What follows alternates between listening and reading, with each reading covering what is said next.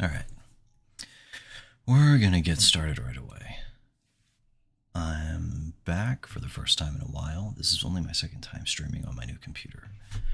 But we're going to get started and just head back to Arena. I haven't logged on this month yet, as it's the first day. And we're going to get no rewards because we didn't play, which is fine. I wasn't really feeling it a whole lot this month. Let's see where I left off. I was working on a deck the other night because I really just keep trying to figure out how I can play Vaultborn Tyrant. And this is where I got. I've been looking at Jund creativity in Modern a lot recently, and I'm kind of attempting to recreate it here with the 4 Fables, 4 Bitter Reunions, creativity. In place of Persist, I have Cruelty of Gix, which is obviously not the same card, but I only have so many reanimation effects available to me in this format. I've got some removal, some interaction. My sideboard has even more. Attempting to just creativity bunch of Tyrants into play. Because the deck this is extremely similar to, barring the Cruelty of Gix stuff, is Black-Red Transmogrify for Atraxa, currently in the format. Where I had to reset up OBS, so I might be a little bit in the way over here. So if I'm in the way and I see that in gameplay, I'm going to move myself. But I don't want to put Atraxa into play. I want to attempt to put as many Vaultborn Tyrants into play at once. I think this card is better than it kind of reads. On its own, it's not super impressive. It's 7 mana, 6/6 that gains a little life, draws a card, and has a die trigger. But if you can put 2 into play at once, then each of them sees themselves and the other. So you kind of get, I want to say, yeah, I think it's exponential triggers at that point, where if you put 1, you get 1. Put 2, you get 4. If you put 3, you get 9. I think you get 16. It might just be squared. That's exponential. And you get 16 if you put all 4 into play. I think this is actually as close to Archon of Cruelty as you can get in this format. The only thing I don't like about my particular build of the deck right now is I'm really bad at building 3-color mana bases in this format. The 2-color mana bases are just so much easier in general because it's just a bunch of dual lands and then a couple random utility pieces. But I think the weakest part of this deck is the fact that the Vaultborn Tyrant, I can't really cast it just with my mana base. But I think I might have enough treasures.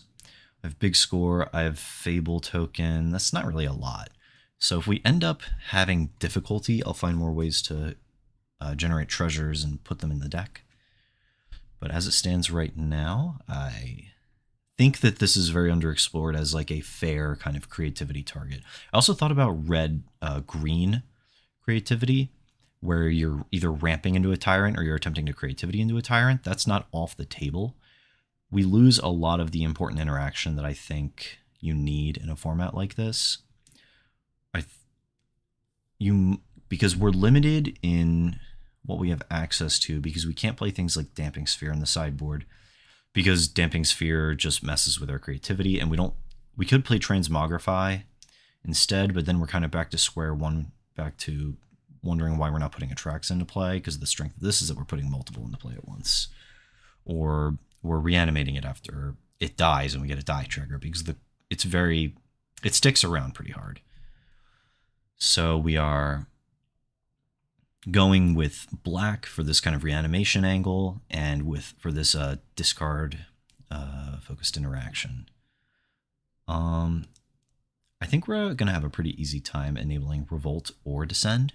But then going over to the sideboard, we have additional copies of Duress for 1 mana.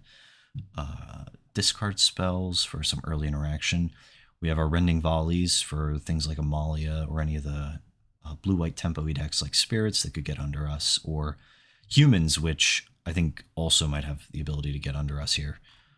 We have 1 copy of Abrade, 1 copy of Feed the Swarm, just so we can have a little bit more fair interaction coming in, trying to somewhat leverage the Chapter 2 here for, what is it, Grim Tutor. So this way we can go find a singleton and not go too overboard on flooding on them.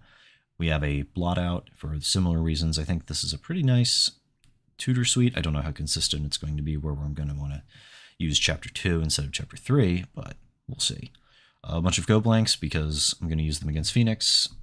I'm just going to, I think, be boarding in 8 cards against Phoenix. I don't know how good that is, but we're going to find out. If my matchups are lacking, feeling like they're lacking in any other departments, I'm going to be going down on a go blank and a rending volley first. I just kind of threw cards in the sideboard to see what happened and what looked like it worked. What does this notice? What's this say? Hold on. My bit rate is lower than the recommended bit rate. Hold on. Maybe I should change that. Maybe I should change that. How do I hide my screen?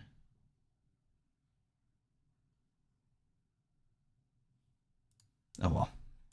I'll have to play with that after the stream. We have an extinction event to go with these, if I didn't say that already, and we have Hitotsugu Consumes All. 2 of those. I don't know how good it will be, but it looks like we're pretty poor at making tokens until we need to. And this is something that turns into a threat. It does a couple different things. I don't know how good Exiling All the Graveyards is, but Chapter 1 is really what I'm interested in. Exiling All the Graveyards might be pretty poor in my deck with Cruelty of Kicks intending to reanimate a creature. But it transforms into a target for creativity, and it transforms into a threat, which is something that I usually am pretty into. I like this card a lot. Worst case, it just becomes a Brotherhood's End, and I'm not too disappointed. I would have an Anger of the Gods, but I don't have enough rare wild cards for that. I only have 5. This is the accumulation of quite a bit when I was trying to build Phoenix to test for the RCQ season, but I'm kind of not feeling that too much.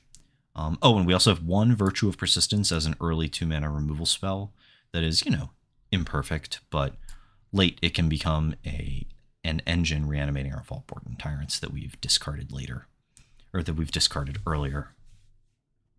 Using Big Score here also to bridge the gap into either casting or just like double spelling or doing some sort of reanimation thing, and the treasure is also very nice to cast with it, to use to cast the Vaultborn Tyrants. Sorry, I made a cup of coffee earlier, so I'm sipping on that.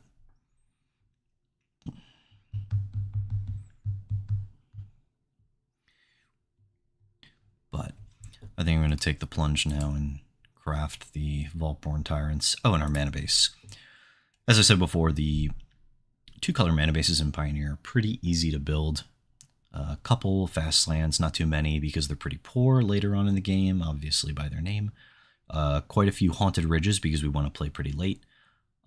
Double face lands, shock lands, Sulphurous Springs. I really like all of those. They come into play untapped if you need them to. Murex is, in general, a pretty good land, I think, in the Creativity archetype. I've played it a couple times before. I've played it in Standard.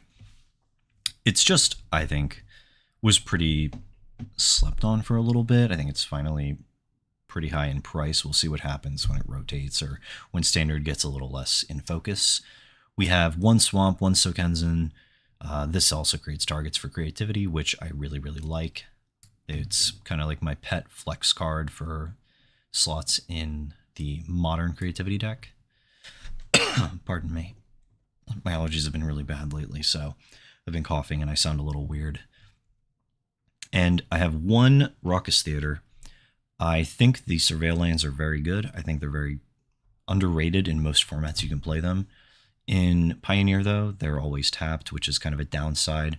However, I think if you have any amount of Boseiju targets in your decks in any format, you should probably end up playing at least 1. One sec.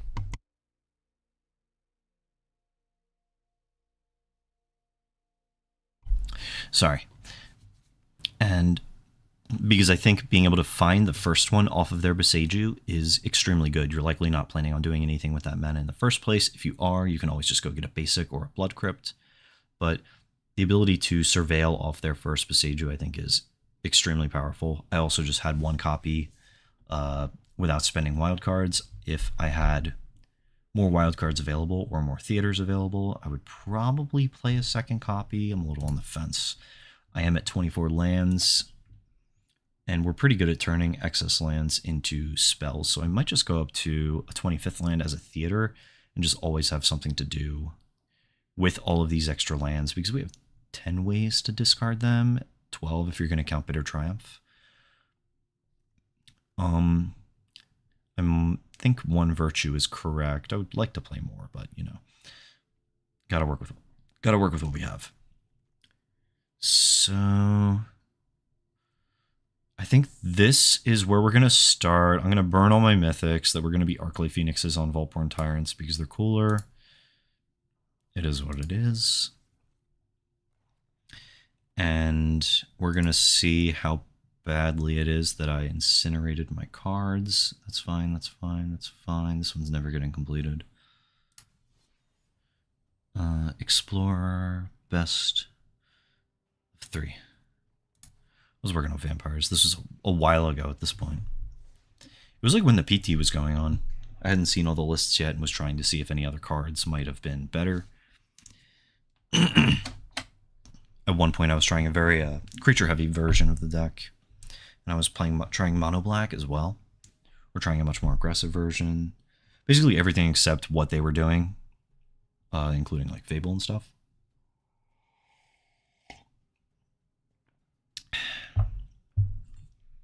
I also want to try mono black aggro in Explorer now that we have Smuggler's Copter back, and Forsaken Miner is also a very attractive card for that deck. Karavek, the one who, whenever you commit a crime, exile a black card, you can pay 2 life and copy it and cast it. Gotta pay mana though.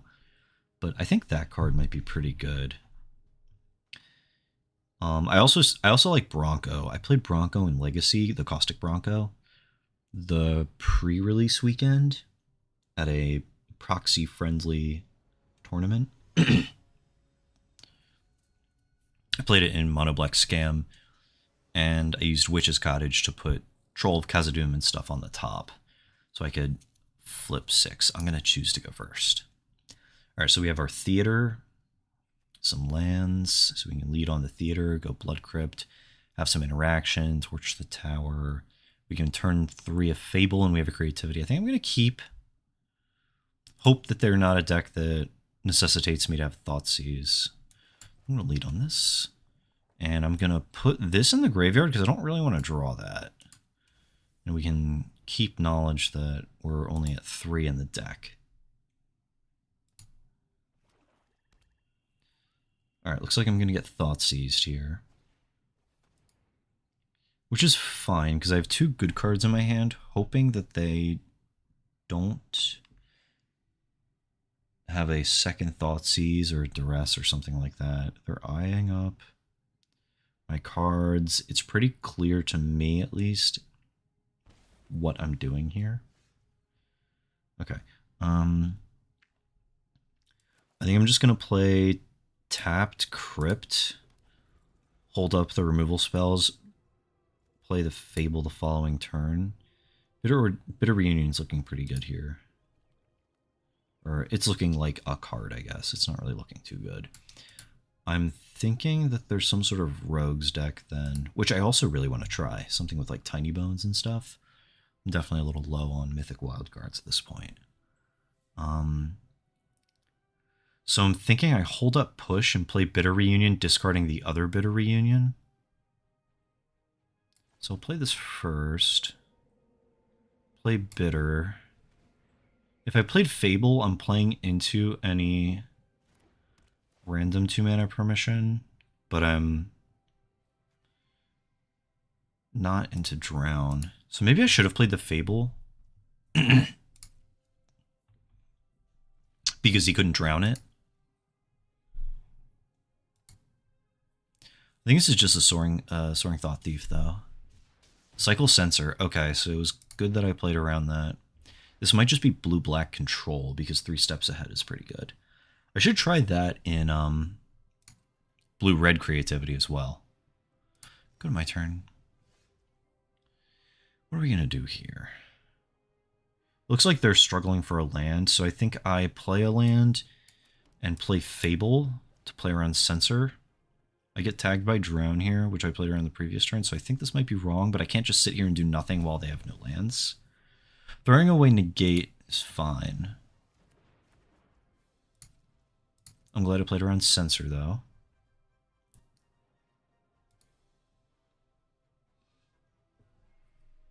I'm wondering if this game is just going to be over on the fact that they can't get a third land. Okay, so they're digging. That's fine. So they must feel the pressure. Hopefully they got a land so we can have a real game. Alright, tap land's pretty good. I think I just play Black Cleave close here. Gonna hold back. Definitely wishing I had part of my deck that's a little more proactive rather than reactive. Gonna start making Murex tokens, so at least now if I draw a creativity, I can do something with it. Quick study, that's fine.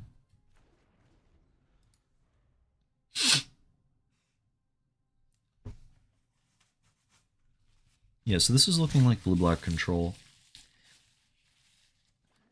3 Steps Ahead was definitely a card that people were interested in general, and I heard that that card was kind of impressing people. I read it, and all the modes seemed pretty good to me. On paper, it looks very bad, I think, but I think in practice it's going to play out a lot better than it reads. Going to go to my turn after we make the Might. Murex is great to draw here because now I just have a ton of stuff to do. So they're holding up 3 mana. I wonder if they're just intending to crack a clue or if they have something they can react to me with. I'm going to attempt to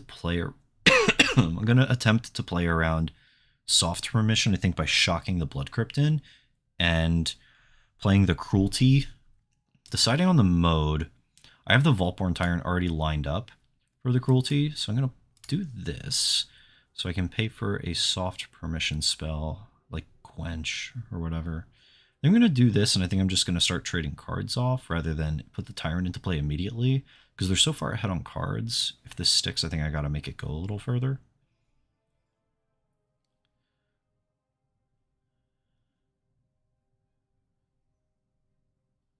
So it looks like they're thinking about something here. Counter target spell unless its controller pays 4. Okay. That is fine. I can't really do much about that. So we're just going to go to combat. Gonna attack. We're going to pass. My hand definitely lining up pretty poorly against what they're presenting me. Fatal Push is not doing a ton, and Torch not having a lot of targets. I can bargain the Torch, though, in this deck, which is pretty cool.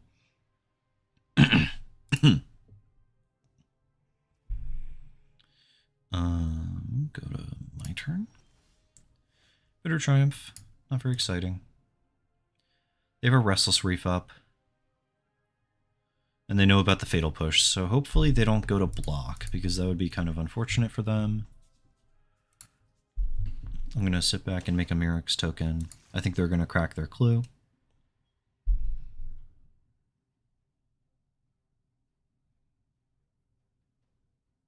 What's the pet rock? Oh yeah, I think I disabled pet animations, so he's just going to sit there inert.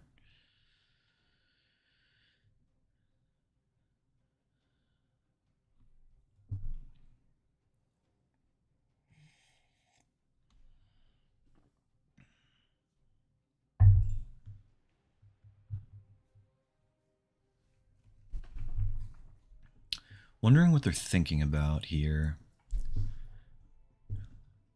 I don't know what's going on, and I don't know what they're playing around. I think they're supposed to crack a clue at this point. Deluge. Okay, that's pretty good. They might be trying to hit the 6th land, and that's going to help kind of guarantee it. Or at least make it a lot more likely than if they just drew a single card.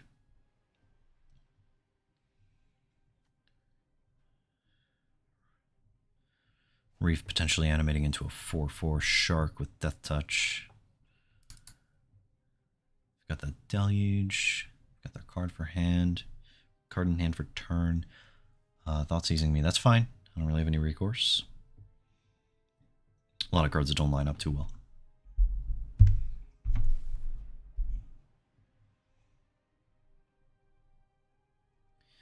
You'll have to let me know how I sound, if I sound too quiet or anything like that. Go to second main, go to end step, I'm going to make a token. So they took the Fatal Push as well, notably, which means they're trying to protect their Reef. Or at least that's what it says to me, because that is just an easy trade for me. We're going to go to my turn. Combat, attacks.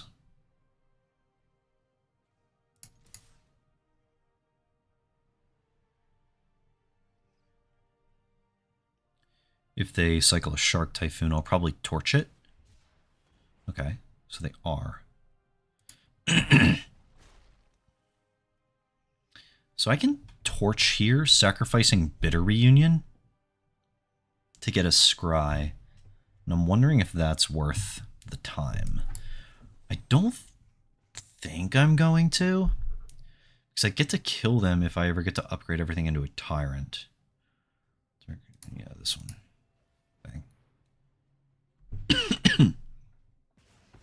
Yeah, this is my first time using my new mic. I had to order, not order, but I had to get a replacement because something was messed up on the connection that I plug into. Fatal Pushing a Might, that's fine. The pressure from this Mirax is pretty good for me. Oh, I wanted to play my Swamp, but I didn't. We'll pretend it was a bluff.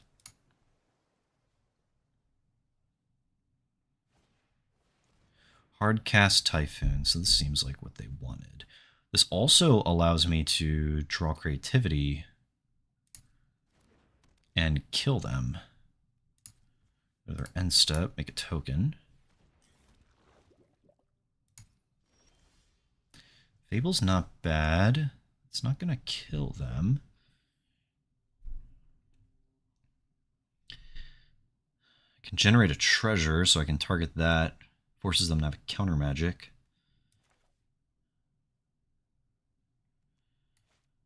I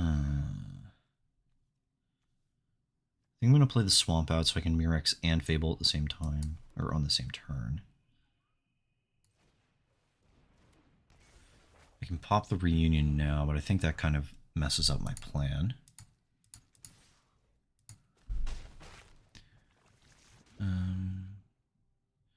Lets me hold up my Mirex. I can discard the Bitter Triumph to the Fable. Try and get a good set of cards going into this turn. Very specific use of mana here.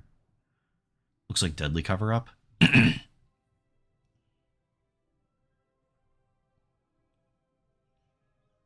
Yeah, they're clicking their graveyard, so they're collecting evidence, I think. This is a huge bummer because my Vaultborn Tyrant is in the graveyard and they're going to be able to extract it. I'll probably concede to that. I'll concede to that. I don't think I can actually get them now. Okay, so what are we bringing in? Oh, I do have 3 go blanks in here. I thought there were 4. Wonder if it's that cool Magic Arena UI. We're going to cut the torches. They don't do a ton. Molten Collapse isn't really exciting me. What else? Oh, yeah, and 3 Rending Volleys. Okay. I was going to say, I didn't think I put that many of each card in the deck. Bring in the Duresses.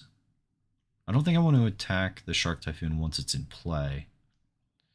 I think I would rather try and just duress it out of them. Go blanks seem kind of nice against the Deadly Cover-Ups. What else? Do I want to leave the Bitter Triumphs in to hit? The Fatal Pushes were good in that scenario, but I don't actually think I want them.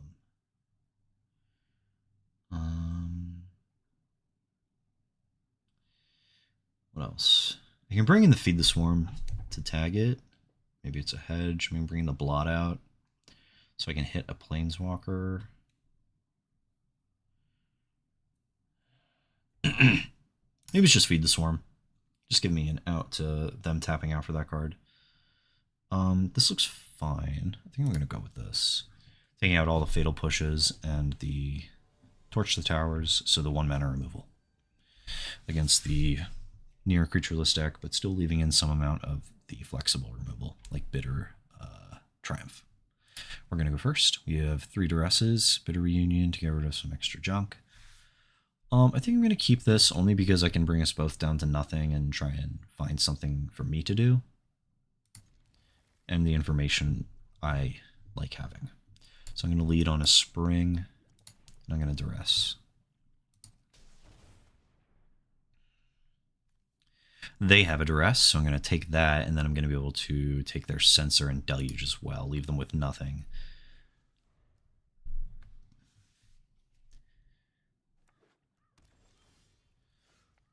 Hoping I can draw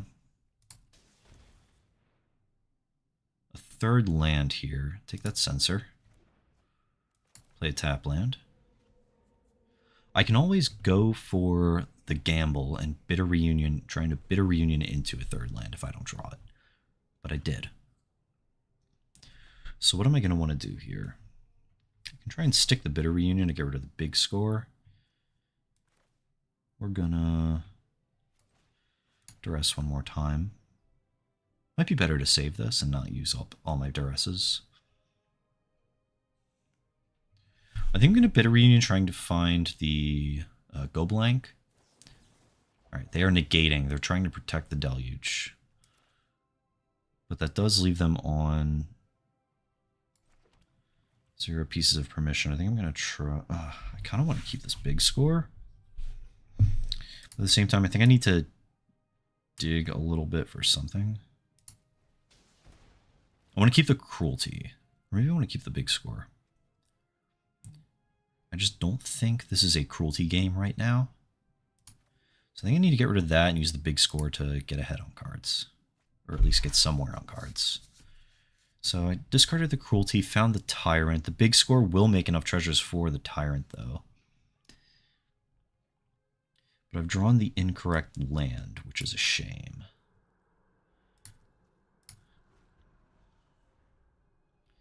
So when they Deluge, I can big score the Tyrant away.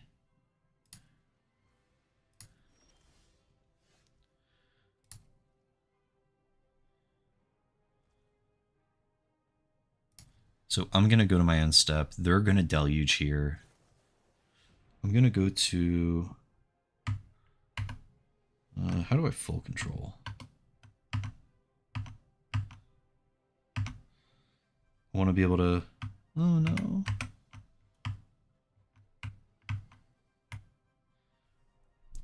I want to let them make their decision before I big score. Okay, that is correct. Right, so we're going to big score here, discarding big score.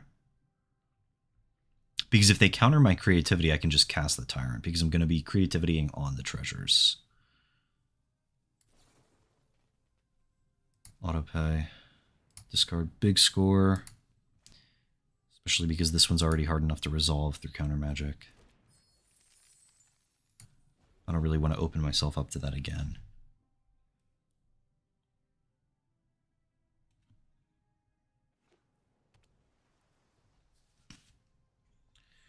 So I think I want to go blank them to try and get rid of the Deluge. What I'm really hoping is to draw an untapped land. So I can go blank here and eat the Deluge. I think I want to do that. Because if they counter the go blank, then my creativity wasn't going to resolve anyway. And I would rather try and answer the Deluge now.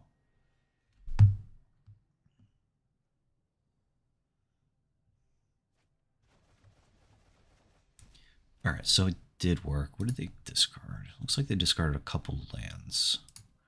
Which isn't really unexpected. Here's my theater. Once again, kind of showing up at an awkward spot. I'm going to put that land in the graveyard. Also, this protects me from deadly cover-up just for my Tyrant, so I'm not exposing that. And they have fewer things to collect evidence with now. So we are going to end the turn.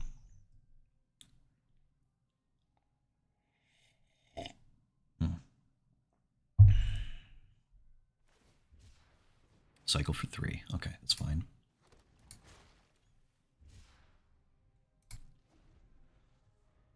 They're low on cards. I'm low on cards. I have 2 threats. Hopefully they don't have 2 answers. Who attacks? No blocks.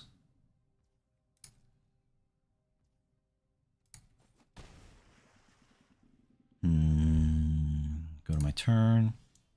Another Tyrant. Okay, so this is kind of bad, because if I draw 1 more, I can't creativity for multiple. I'm wondering if I should be on some of those volcanic things that tuck the card. I did have a couple in the deck, but I cut them. I'm wondering if maybe I shouldn't. So I think I'm just going to creativity on the treasures.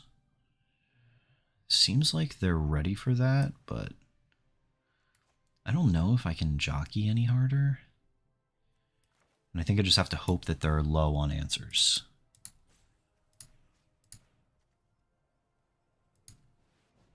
See what happens. Yep, there's a negate. So none of that.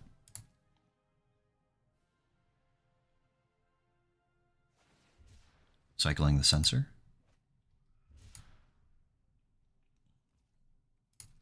So it looks like they had 2 permission spells, but the one was just not really lining up right. The negate lined up perfectly.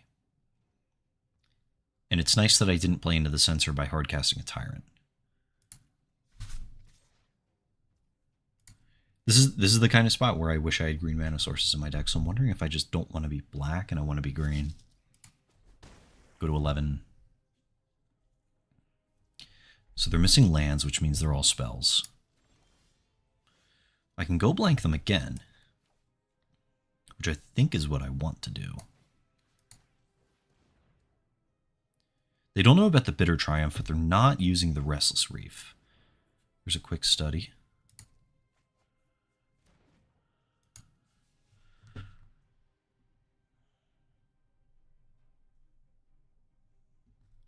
So they're going to go up a card, and they're going to go down a card. There they go. Exiling, discarding a push and a dig through time. Exiling the rest of the graveyard.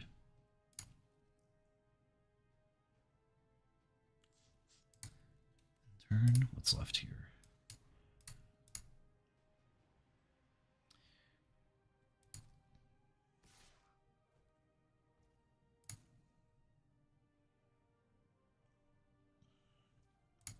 I'm hoping they have something like a negate when I'm casting a Tyrant. Alright, so do I hold a land, or do I wait a turn to play around Censor? I think I do, because then I can haste on the same turn and kind of increase my clock speed. I think I'm going to do that. This just kind of gives them additional time, which I don't like. But I don't know how much I can afford to get my Tyrant censored when I still have a Triumph in my hand.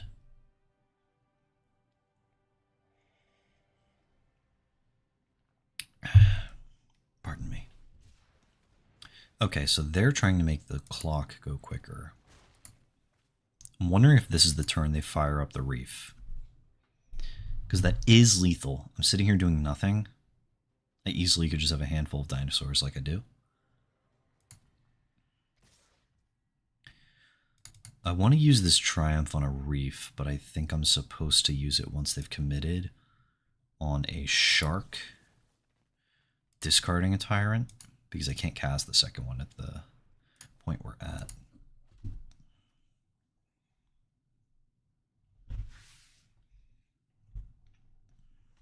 Only because I don't think I can afford to go that low on my life total. Hoping I don't get confounding riddled. Go to 5. Go to my turn. Cast a Tyrant. Hope for the best. Draw a card. Are we going to get it? Are we going to get it? Drawing another card. I guess they're looking for Spell Pierce, so I'm going to get punished if... Or not Spell Pierce, duh. Alright. We're in. So now the Tyrant can block a Reef. Ooh, I can Virtue the Shark. Which is kind of cool. Gets me a little life. If they Spell Pierce the Lockthwain Scorn, that's pretty bad for me, but now I can play the Virtue the following turn and start reanimating Tyrants, and this lets me play defense really well. That's pretty cool. I like this. So maybe I just need to have more treasures in the deck so I can hardcast Tyrant more often. Okay, so they just have no answer to the Tyrant. That's very surprising to me. Okay. I'm down for that, though. I think I'm going to keep... I can consumes... I'm really thinking this should just be Brotherhood's End at this point. It'll also hit Convoke almost the same way. I think I'm going to run with the same set of cards. I'm already trying to change this deck after this round.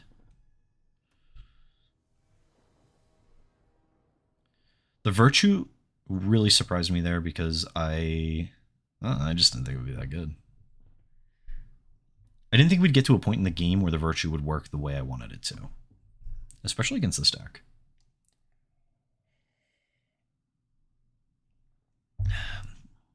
Debtor's now looking really good when you need to play defense with your dinosaurs. And you have a death trigger. It's like we got it all.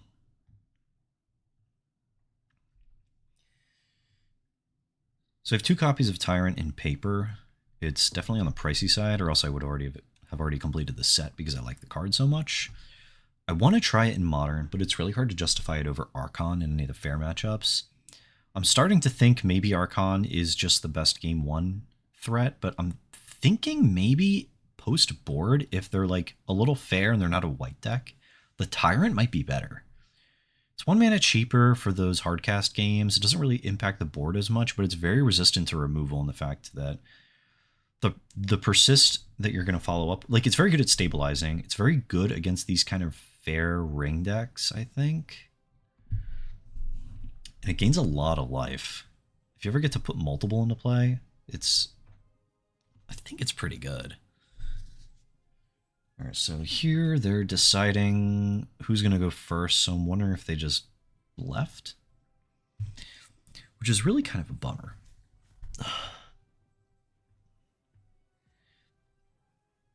But yeah, I'm trying to justify Tyrant for myself in the sideboard at all, in any amount, even the 2 copies I own, even though I'd rather play 3. What's this do?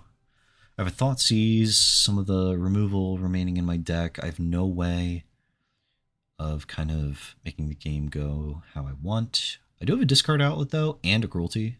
I need somewhere to target this. I want to keep, but I think this hand just doesn't really pull together. I think I want a 25th land as well. I'm going to mulligan. This is not a lot better, but I think it's better enough. I have 2 points of interaction. I have a Fable, so I'm going to do that. I think I'm going to Murex turn 1 just so I can Thoughtseize, hoping I draw Blackcleave Cliffs. But double Thoughtseize and Fable to play on turn 3 seems a little better than what I had before.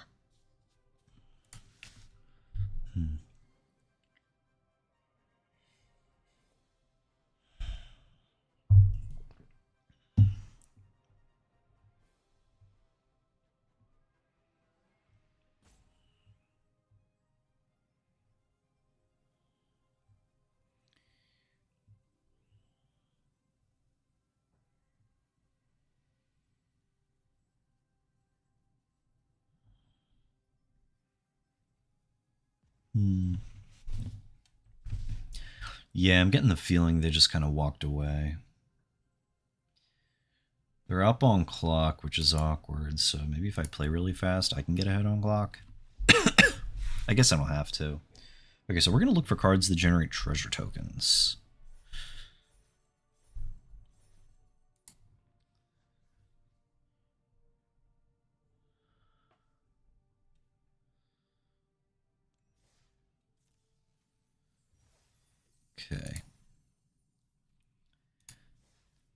want edit. I don't think I have another virtue. Oh, I do. I wonder if I want that. Maybe virtue's just the way to go instead of cruelty.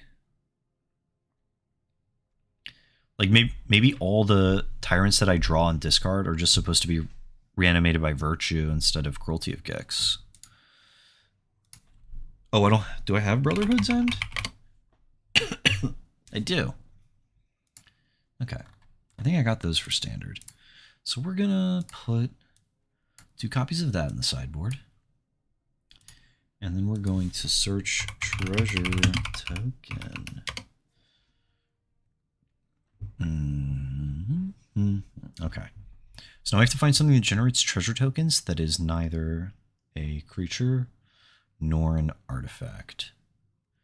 My options are few and far between because back in standard when I was playing Mono Black Blood, it was Deadly Dispute, Shambling Ghast, and Skullport Merchant sometimes. Maybe a couple other cards, but they're all creatures or require a creature or artifact in the first place. Big Score really seems like the best option for this kind of an effect. And Fable, of course. Fable, of course. Can't use Grabby Giant because that's a creature that'll get a hit. Corvold and the Noble Thief, I think, might just be too weak of a card, like in general. Maybe I should be higher on Big Score.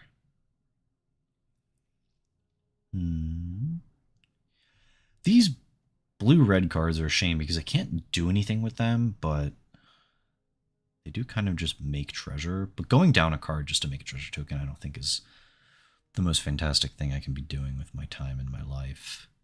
And then we're about artifacts, and they don't do anything. Okay, so you can hit Treasure Vault off Indomitable Creativity as far as I know. Ooh, I could play Volatile Fault? That might be good. I wonder if that's an answer. I'm at least going to craft one. Because that ups my land count, but also gives me something to do? I don't know. That might be good. It's not perfect and it's not ideal, but it might be enough.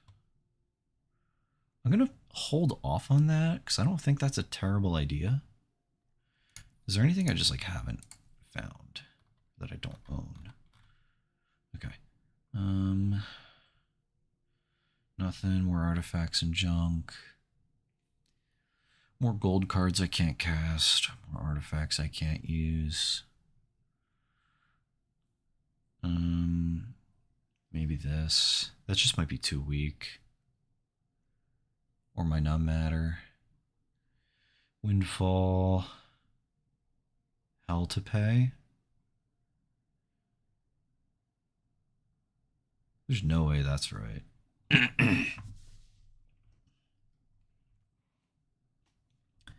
Yeah, there's no way that one's correct. Pirates Pillage. Not very good. Sorry, I'm slipping off. Flick a coin, maybe? 1 damage, 1 treasure, 1 card. Honestly, it doesn't seem bad. But I don't know if it's enough. This is just big score, but 3 mana. I'm not jazzed about that. This card's pretty cool. Generous Plunderer, but I just like all the big score cards. Heartless Pillage, where if I attack, I make a treasure, but I feel like if I'm attacking in this deck, I'm already in a good spot. Pardon me. More instants and sorceries that generate treasure only if you're attacking, which is like a good thing. But Deadly Derision.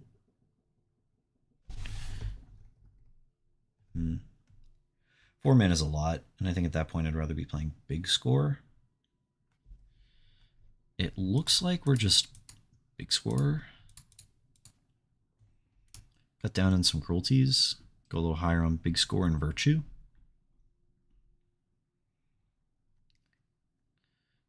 Maybe that's fine.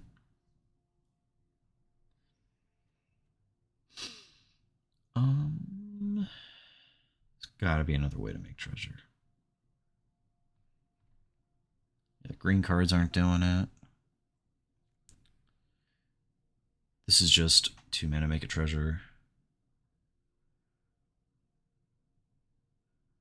There's no 2 mana. Yeah. If I actually had green lands, I could.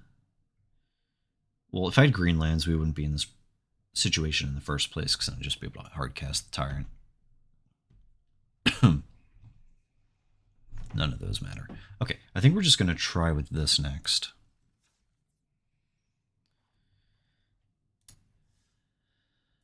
We're just going to play another best of 3. Let me drink some water. Go with my coffee.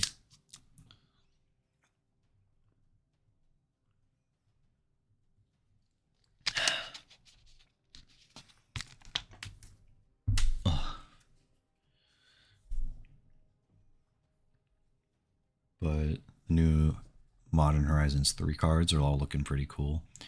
There's a part of me that wants to get a rental account again, just so I can play with Horizons 3 and so I can play with just the modern format right now, because I think we still have quite some time, or at least enough time before the next set comes out, Horizons 3. I want to play some Jund Creativity in leagues. I just wish they had the pass, the Brewer's Pass still.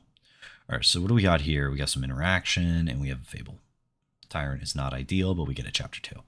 I think I'm going to keep this. I'm going to lead with Cliffs into Springs.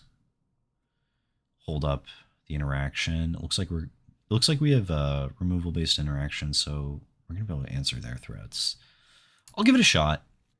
The Molten Collapse might have to wait until Chapter 3 so I can double dip and entwine it. But we'll see. Alright, so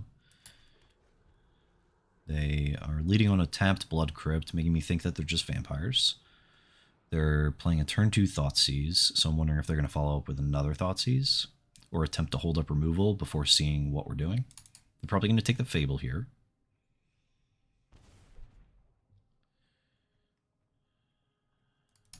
I'm wondering if they have Sorin Ripper in their hand. In that case, I think we'd be in a pretty bad spot. I gotta find a better spot for my microphone. Right now it's right kind of in the middle of what I'm doing. Alright, so we're gonna Bitter Reunion's Tyrant away. Hoping we can at least do something with this Fatal Push. If I had a big score, I'd probably be holding on to it. But we drew a big score.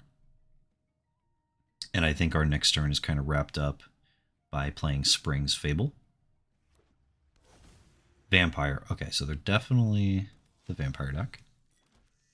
Harvester can tag our Fable token, but I don't know if that's what they're going to want to do. I guess I'll give them the option because I want the Chapter 2 of Fable. Because if they use the Harvester to trade with my Shaman, I get to turn the Fatal Pushes into another card with Fable, and then potentially figure out what I'm doing a little more with a big score. Alright, so it looks like they're digging. So I'm wondering if they have one, either Sorin or Ripper, and they're attempting to find the other half, rather than using the Blood Tithe Harvester as removal. They're just conceding. Honestly, not sure why. So here, I'm going to bring in the Blot Out, and I'm really wishing I had a second copy of Blot Out, so that's important for later. So we're going to bring in the Blot Out, we're going to bring in the Abrade. I think I want to bring in the Extinction Event. And I don't think I want to bring in Duress. I'm leaning a little more towards Goplank, but I don't want to get tricked by a Mind Rot. And I think I'm close to getting tricked by a Mind Rot. So I think I'm going to cut 3 Fatal Pushes. And I don't think anything else is terribly good against them. I think I'm just going to leave the single push. Because I still have a lot of turn 2 removal with my virtues.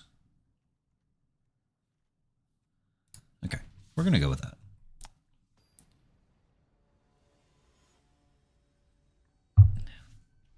How much are virtues in paper right now? Probably buy a couple. I don't think they see as much play anymore. We're going to... Am I going to keep this? I have a Murex and a Fable, plus some interaction, so I think I'm going to keep. For better or worse. We will see. I'm going to play a tapped Blood Crypt, I think, first, unless they lead with something powerful. Oh, wow, that's really good. That's really good. I can't imagine I get to keep it, though. Definitely do want the next blot out. There's a Dusk Legion Zealot. I think I'm supposed to virtue that. Just to take a game action, more or less. I can't imagine the virtue's too good here. They could just play Sorin. Plus, this hides the virtue. There is something about using the adventure half of an adventure and hiding the back half in exile. I did that last week or 2 weeks ago in Modern. I got to hide my questing druid in exile on an adventure seeking the beast, while someone was doing the wheel, Days Undoing with Narset against me. So not only did I get the 2 cards off the Seek the Beast, but the questing druid was waiting for me for later. Alright, so they took my blot out, so I had a feeling that was going to happen. So here I'm probably... Am I supposed to Thoughtseize or just stick a Fable? They're clearing the way. So do they have it?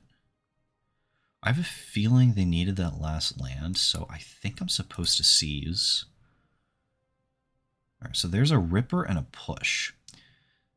Virtue lets me take from their graveyard too, so I'm going to take the Ripper. We'll take the Ripper anyway, but, you know. Play a Murex.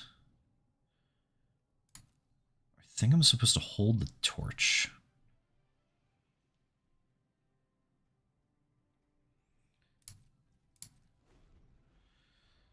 I would have torched the Zealot.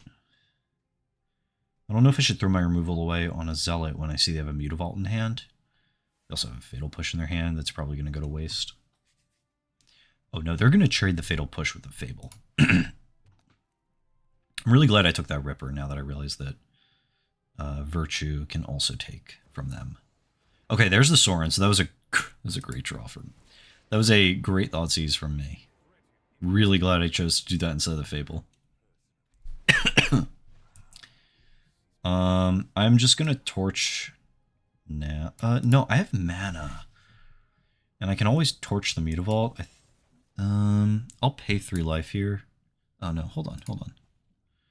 I do think I want to torch the Zealot because now I can Bitter Triumph the Sorin.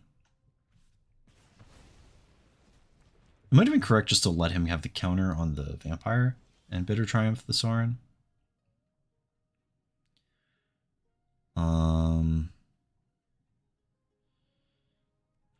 Yeah, I feel like I messed up this sequence.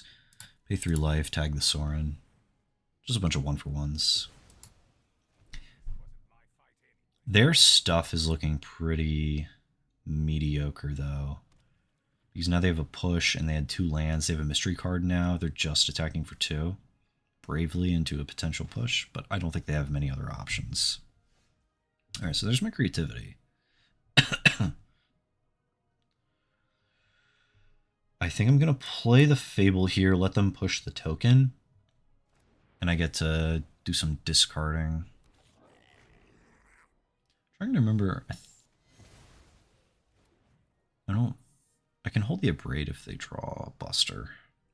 I think I'm just going to try and run them over with a Tyrant instead of messing with a Abrade on a Bank Buster.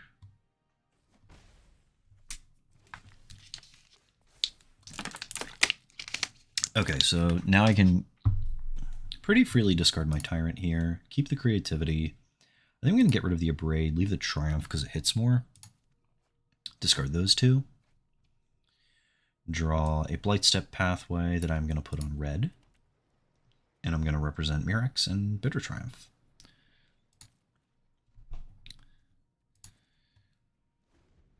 I think they're going to be a little higher on removal than any other type of interaction. So I think I'm going to big score and then creativity, hopefully on X equals 2 on my treasures. All right, so there's a Preacher, which is going to be pretty good if it goes unmolested. All right, here's a Mutavault. Probably second Mutavault here. Oh no, they want to hold up something. So no, they just don't want to overextend, I guess, into double removal. Oh yeah, because I guess if I double Bitter Triumph, big score here, we're going to discard Triumph.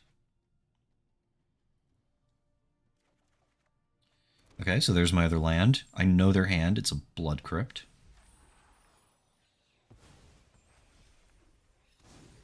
Ridge.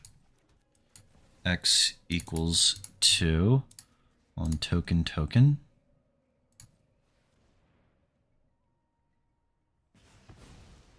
Oh yeah. Oh, we are so here. There's the 4 triggers. Draw 4 cards, gain 12 life. Oh, this rocks.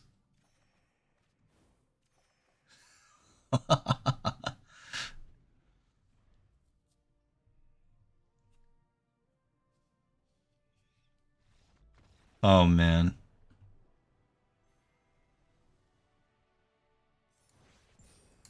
Oh, we are so back. That was good. I wonder if I do want Duress in that matchup. Okay, that was really cool.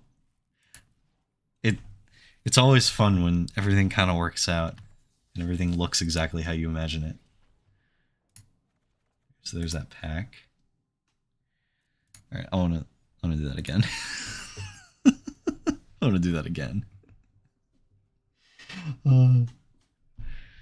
The only thing I didn't get was haste with my better reunion. So yeah, it definitely feels like similar to Modern Creativity, where it feels like at times I'm just running out of cards in hand because I'm so poor at just kind of going up on cards in a deck like this. Outside of like Fable and Ren in Modern, and in this deck it seems kind of like my Adventure is maybe the only thing that puts me up on cards. Getting very fortunate that the Virtues are enchantments and not creatures or artifacts, so I can actually play them in this deck. Yeah, it just feels like I need one more thing that is good at just making stuff or putting cards into my hand. Because all the red ones are kind of just breaking even. I don't really want to play any of the impulse draw ones because there's so many cards that I just can't use whenever. I'm going to mulligan's hand doesn't do much. This, I'm going to keep. I think. Yeah, because everything just feels very net equal, more or less. Like, big score, it's use this, discard a card, draw 2, so you're just staying even. Generates treasures, at least. What am I going to do here? Reunion seems kind of bad. So we're going to play tapped Ridge. Oh, it's... Ugh. So we're going to play tapped Crypt, Blight Step on red, Haunted Ridge on turn 3. This is looking rough, though. This is looking like green-red prowess, which I think is very good. I'm short on wild cards because I need 4 Slick Shot, 4 Soul Scar. Is really tough. Virtue looking pretty nice here, though. All the things I like about this card showing up to play right now. -3/-3 right there. Yeah, this is going to be a toughie. Pardon me. I'm wondering if I can even afford to play Fable. Oh, they're either planning for a big turn 4 or they have nothing going on. I'm playing the Ridge regardless. I think I have a little time to play a Fable since they took turn 3 off. Hoping I can creativity for X equals 1. Ugh, I think I have to go no blocks. Alright, well, they're just not even going to give me the chance.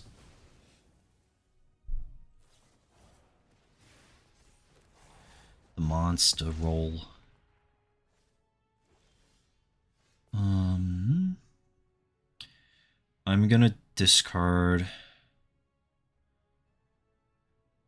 I don't think I'm going to be able to big score this game. I think this turn is just going to be Bitter Triumph on Soulscar Mage, Torch the Tower, Etching of Kumano. So I'm going to discard both of these and try and lean on a single creativity this game. Alright.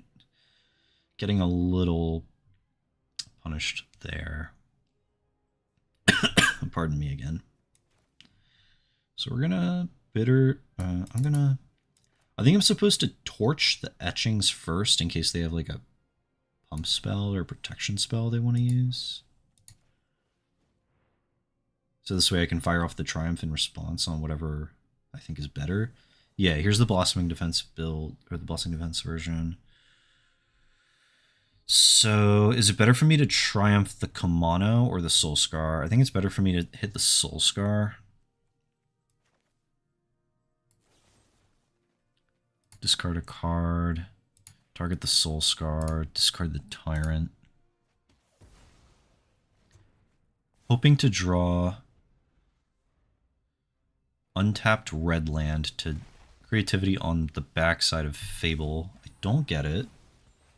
That's fine. Because I think I'm supposed to Fatal Push now. Because if they have Blossoming Defense, if I do it in their upkeep, it means that they'll get the +2/+2 for the attack step. I'm at 6. They're just tapping out for that. Untapped land lets me big score. And discard the creativity, so this way I can attempt to draw untapped land and play Virtue. Pardon me.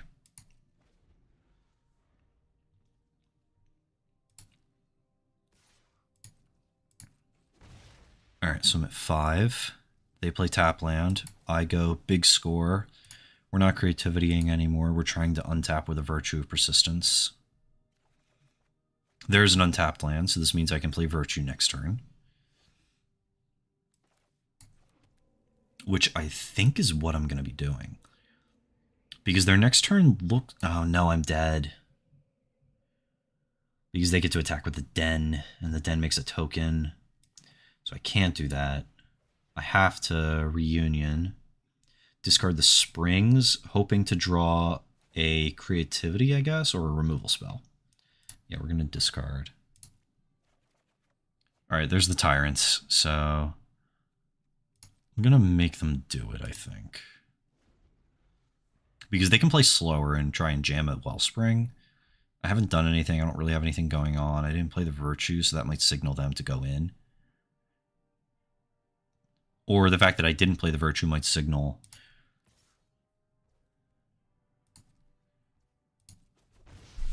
the fact that the Den is not clear. There's the Giganta. Okay. We're going to let that resolve. We're going to go to my turn. I think both Tyrants are in the graveyard. Alright, no, I have... Alright, so... We're going to play a Tyrant.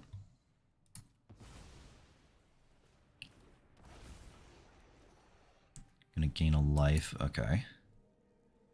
I'm going to torch the Soulscar? Or should I torch the Den? I can torch the Den, because that might be enough to put me over, but that taps them out, and then I can block Giganta, take 1. I think I'm supposed to do that. It plays into a Blossoming Defense, but no, it doesn't, because they would have to go untapped green source, Den, or untapped land, Den.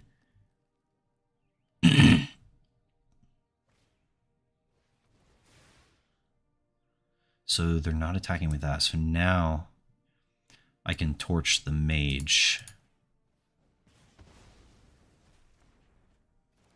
Which may or may not be good. I think that was fine. I am vulnerable to the Den now. Maybe I can stabilize with a Virtue with this Tyrant. What else? All right, how many big scores do I have left? I could create, if I get a creativity, I can creativity on my Tyrant and get another Tyrant and the token. All right, they're using Giganta for mana, which is awesome. There's a slick shot, so maybe I was a little too quick with the what's-his-face. All right, so there's a Fatal Push. I think I'm just going to push that now.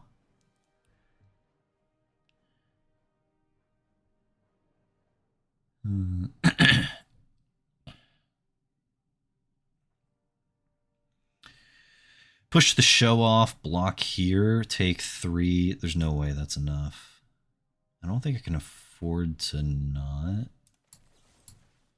I think I'm just supposed to push here. Hope that they just draw nothing good. Discard your hand, draw 2 cards. So then they're gonna have 3 cards to work with. Because if they end up leaning on the den, block here, take 3/1/1. Hope this is just like land, land, land. That's not land, land, land. So I just have to hope that they're just bricking. The case doesn't seem great.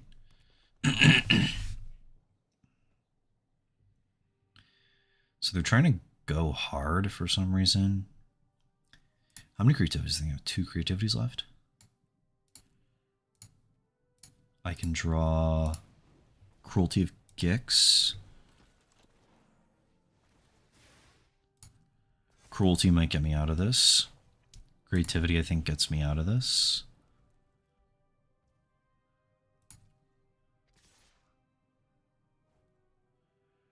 Okay, so who do I block?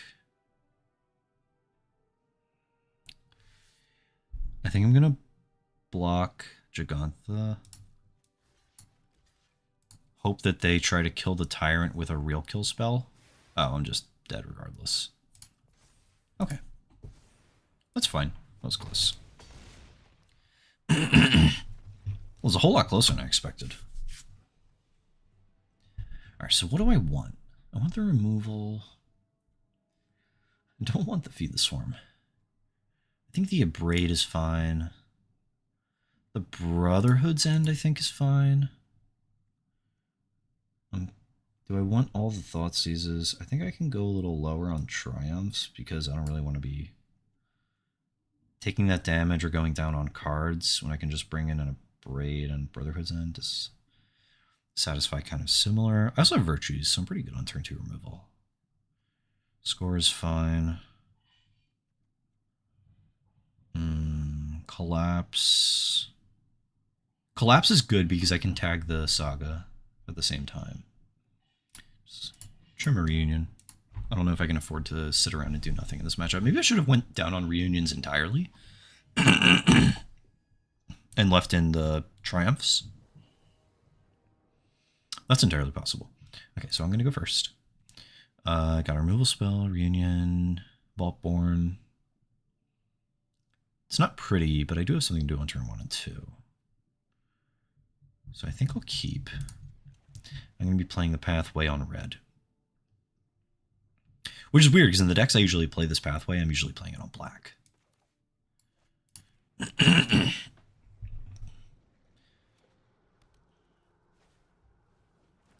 Yeah, there's the thing that Molten Collapse can double up on.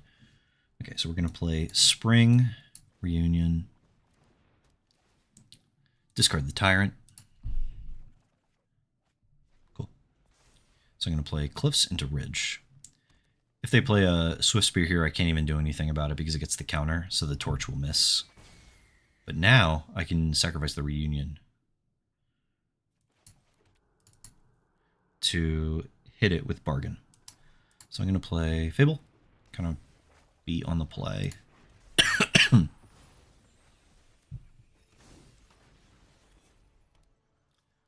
assuming there's going to be some sort of shock. I don't think I want to block here. Maybe I think they have a Blossoming defense, so I might try and make them use it. I think that's the only way they would make this attack. So instead of just getting my removal blown out. Okay. That is fine. I'm going to discard Reunion. I'm going to discard Blood Crypt.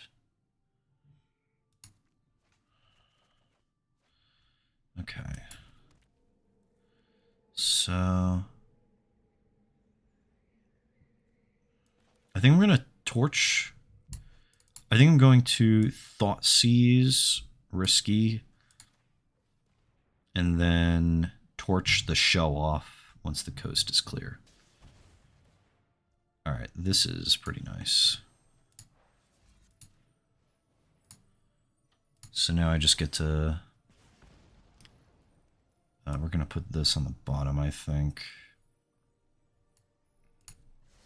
Looking for action. We're going to take that. Okay, so that was their last card. So not ideal, but I did get 2 cards for 2. 2 cards for 2, because I missed on the C's. Peace of mind, though. There's a Tyrant, which is not the best, but I can untap and big score. Cast it. I'm going to play this. I'm going to use big score to discard big score, because if I play this as a land now, I get the opportunity to draw land off the top or off the big score, so I can haste and copy a Tyrant, which I think is how I'm going to win this game. There's the land that they slammed pretty quickly. They're going to make me sacrifice an enchantment, so they're going to get in for the damage, which is fine.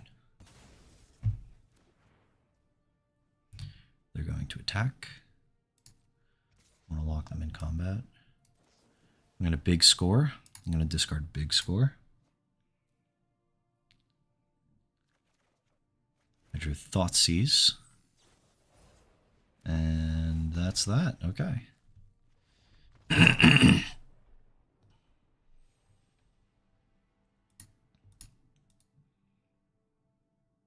Definitely feels like I'm just a little too slow for that matchup. I don't think I have a lot of cards for it either, and I don't think my sideboarding was perfect. Probably should have cut the bitter reunions in higher numbers. It was nice, though, that it allowed the Torch Tower to actually take out the Select Shot with the counter. I don't know how common that'll be. Would have been nice to draw Fatal Push at any point. And I'm wondering how much better Molten Collapse would be than maybe the second Bitter Triumph, but Bitter Triumph seems like that card that you're always happy you have the first copy, but the second you draw the second copy, you're wondering why you ever put a second one in your deck. It's just like, it's definitely a fairly steep cost to need to discard or pay 3 life, because if you're under the pressure, paying the 3 life is quite a bit, and if you're kind of doing anything attrition-wise, 2 for 1ing yourself for just a murder or a hero's downfall is a lot, even if it's 2 mana. But then again, the sorcery speed on Molten Collapse is a little tough. Okay, what do we got here? Tyrant stuck in my hand again. Noticing this is a theme. No interaction, but I'm on the play. I can creativity if my Fable lives. I'm going to keep, only because I can turn the Tyrant into something. It's less of a mulligan to 6. We're going to go turn 1 tap Blood Crypt and go from there.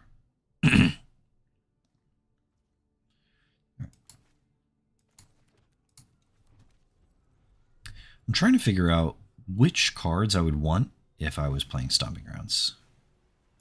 Tapped Rogran Triumph, so we're already going to be in for a game. We're going to discard the Tyrant, draw 2 cards. This is the biggest loss. I don't know if I can make a 3-color mana base work in this format, but this is going to be the biggest loss, because this is shaping up a lot better than I thought. I don't know if it's good enough for Modern. I played it in Coffers before, but... Alright, I'll play into it. You can censor me or no more lies. The Deuce, okay. Oh, this might be the other Tyrant Creativity deck that plays like a blue-white-red control deck. And kind of finishes with the creativity thing. I think Doomwake was playing it earlier, but I've only seen one in the dumps because I was looking for any other deck that had Tyrants in it.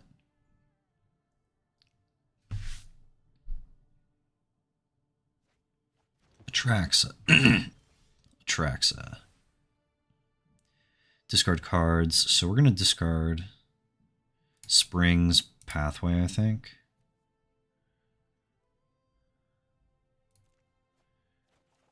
Okay. So I think I want to Thoughtseize them.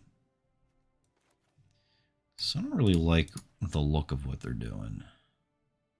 Yeah, they have a Creativity, Helix, Typhoon. I think I just have to take the Creativity because they can Creativity the following turn. And I think I'm just going to play a tapped Crypt. Nothing really to represent. Wish I had another way to make tokens. It definitely feels like I'm missing that. Go to my turn. Flip my Fable. I think we're just headed to play Virtue. Because they can Helix my Reflection if I go for it. So obviously I should not go for it.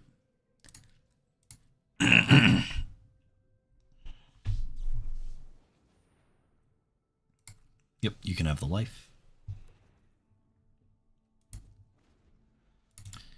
So I need 2 more lands to be able to cast my Virtue. They don't seem like they have permission at the moment, but they do have Typhoon. My turn. There's my Tyrant. Running out of Tyrants in my deck. We're going to play Light Step on red and hope to draw something.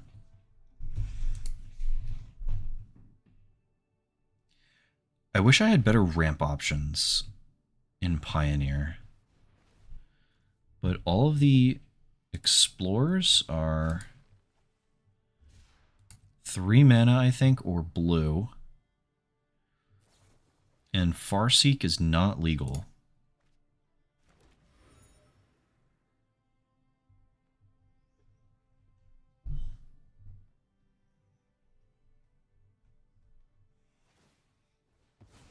Alright, so they're just drawing a card. This is all on their turn.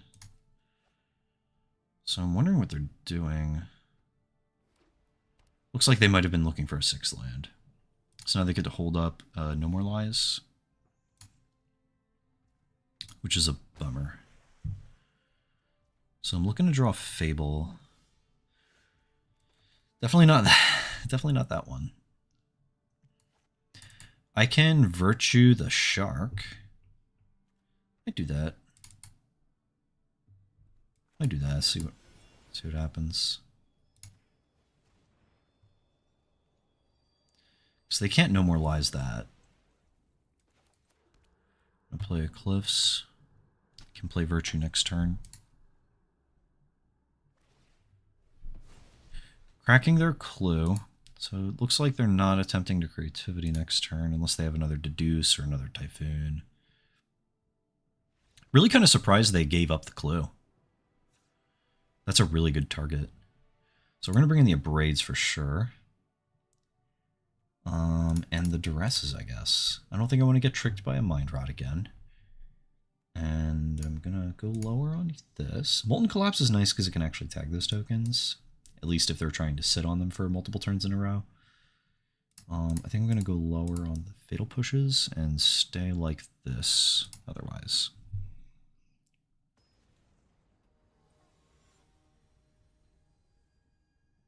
That's like the 2 things I really don't like losing if I move out of black, is losing the Virtues. Because I think they're a really good early removal spell, late kind of thing when I'm cycling all my Tyrants, and the discard spells, which are just very clean.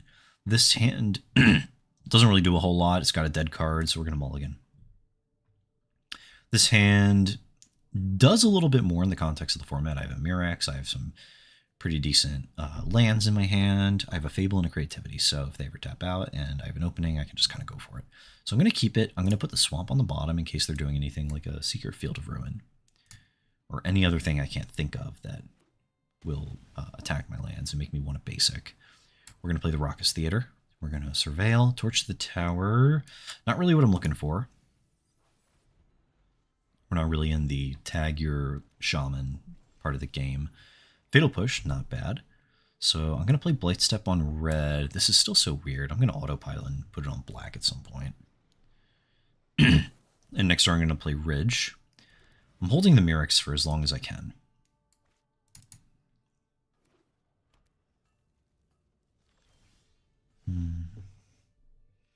Yeah, I wonder if blue-red creativity just wants Tyrants instead of the black one. Alright, so they're holding up. No more lies again. I can't really kill the clue if they're going to untap and put Atraxa into play. I guess I have to try.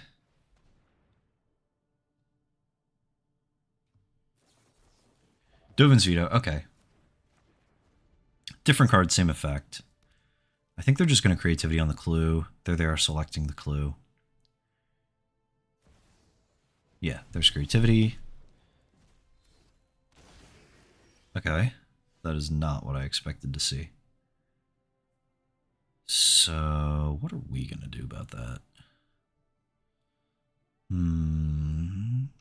didn't bring in the blot out for obvious reasons. So how do I best set up for a double creativity? If I get attacked twice by the time I can retaliate at all, I'm going to be at 9 cards, 2 draw steps. I think my best bet is... I didn't bring in the blot out. So how do I win? Well, first things first, I'm going to be playing my land. Second of all, maybe it's not a Fable game anymore. Maybe Oof is right. I'm going to big score, discard the Fatal Push. Bitter Reunion might be part of the way of how I get there.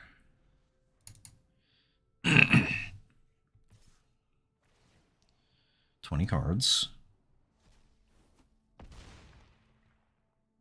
And we have one more game to play, so I'm wondering how much I want to show them and how much I don't. Oof is right. So I can Indomitable Creativity for X equals 2. They have 4 open mana. Target my treasures. 1 counterspell, it's over. I'm going to be drawing 4 cards, so I'm going to go 22 cards. Do I even have that many left? 1, 2, no, they're all gone. Okay, so this one is just, let's go to the next one.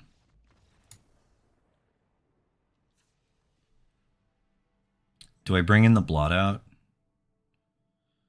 I guess. Cut another push. I don't know what's better, Torch the Tower or push. I'm inclined to say neither, to be entirely honest. But my sideboard for this particular matchup does not seem like it does anything. So we're going to leave the Torch because of the upside of the Scry. I'll bring in the feed over the push so I can maybe hit an actual Fable or the Shark Typhoon. I think all those cards are just so bad in the matchup, it doesn't really matter. So I'm softer to cycle for Big Shark because I took the Fable out. Okay, so I've got 1 land and 2 bricks. So this one's an easy one. Okay, so this is also really ugly, but once we mulligan, it gets less ugly. So we're going to put the dinosaur on the bottom. We're going to go Springs, Thoughtseize, because my life total is not super under pressure. Light Step on red into... Okay, so they're on 5 cards. I gotta like peek around my microphone because of my orientation. Okay, so they have Deduce, March, and Fable. March is going to be really good at countering my Indomitable Creativity, so I can just play around that. Deduce gives them a good target. Fable is just the best card here. So I think I'm going to let them March my Shaman. Take the best card in their hand. I'm going to draw the best card a second time. Play Blight Step on red so I can line up to... So I can set up for triple red for creativity. And then next turn I'm just going to start jamming Fables. Looks like they're shocking to play a Deduce. I think I'm going to sandbag the Murex for a little longer. I'm going to pay 2 more life. Oh, they don't even have white mana. So they can't even march my shaman here. They have to spend part of their next turn, or I guess next 4th turn, using the white mana from March. Oh, no, they drew Vantage. And then there's Fable. So I'm going to attack, offer the trade. I think, ugh. Did I just discard a Fable here? Because I get to attack, offer the trade, and then play Mirac's Creativity on a treasure. Do I even... I think I'm supposed to discard for interaction. I think I keep 1 Fable. Because this game might go a little weird. I get to look at a lot of cards next turn. I'm trying to set up for a larger creativity. I think I'm going to offer the trade.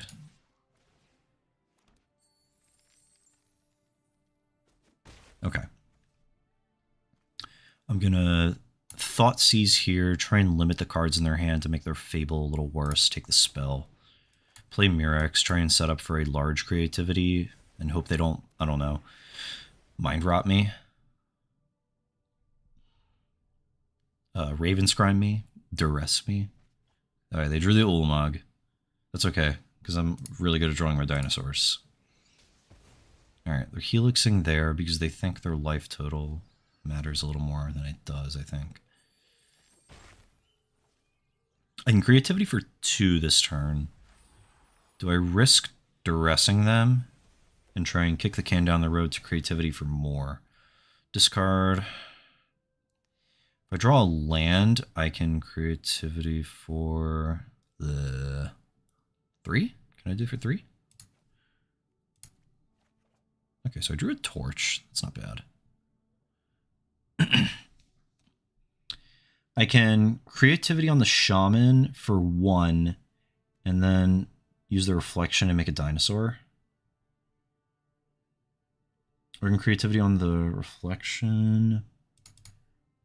I can just try and overwhelm. I think I'm going to post combat.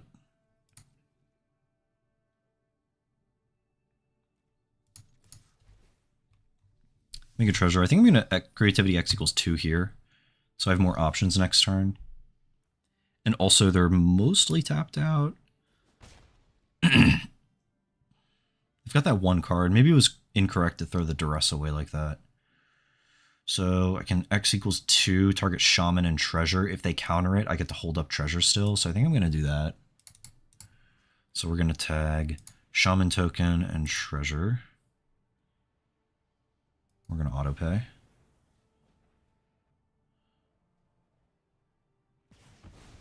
Alright, so we're going to get 2 Tyrants. I wonder if this can beat Ulamog. Yeah, double dinosaurs.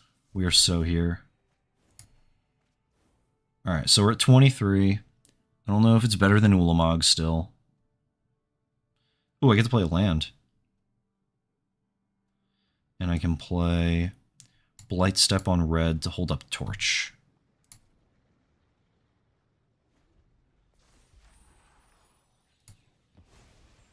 So I can at least try to interact with their creativity if they choose a creature token instead of treasure.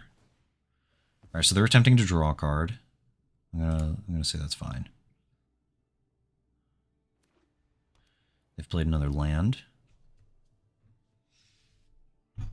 So they have their white mana now. Looks like they're expecting to hardcast Atraxa with Xander's Lounge. Okay, so I will cast it with normal. Well, that's not fair. I wanted to make another dinosaur with my reflection. Okay.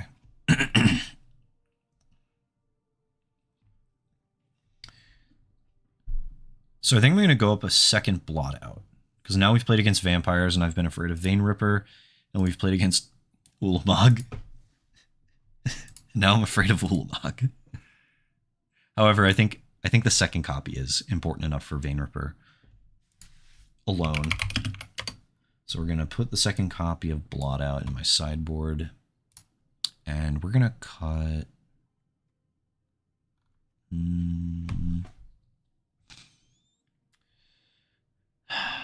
The Go Blanks are just so good against Phoenix. I don't know if I want to cut those. I think I can go down to Rendig Volley. Dinosaurs are definitely better than Ulamog. You can even target Ulamog with Reflection. Like, it's not even close. Ugh. It's getting hot in my room with the computer on this much.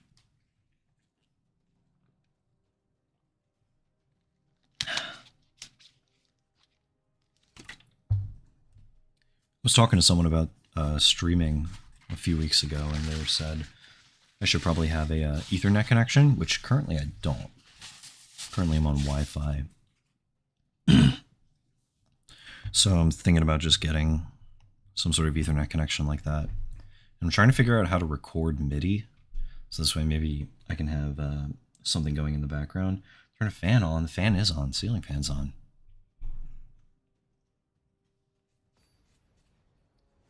The room's small and it's, I guess, summer. Is it summer? I think it's technically summer. It's summer to me. All right, so we're seeing Gigantha. So I have a feeling we're going to be playing its prowess again. So I'm going to play first. This has 2 pieces of interaction and another dead card. Yeah, I'm streaming without Ethernet. I never had to use Ethernet before. I did everything without. I'm going to keep this because I have a lot of good interaction when I'm expecting them on prowess. Plus, creativity is really good at stabilizing, I think, because I'm dumping multiple tyrants into play. I don't want to lead. I don't want to lead on Blight Step, but it minimizes my damage. And I think if I'm going to draw more lands, I'll draw red sources anyway. So I'm going to hope for the best. And I don't think I'm winning if I don't draw a 3rd land in the first place. Okay, so it's blue-red scissors. This deck is good. I think I can try to exchange the Fatal Push for Smuggler's Copter. So I think I want to take Inti because it's a source of repeated card advantage. No, I can always trade a Fatal Push with that. I'll take Copter. I'll take Copter. I'm going to try and use Fatal Push on the Inti.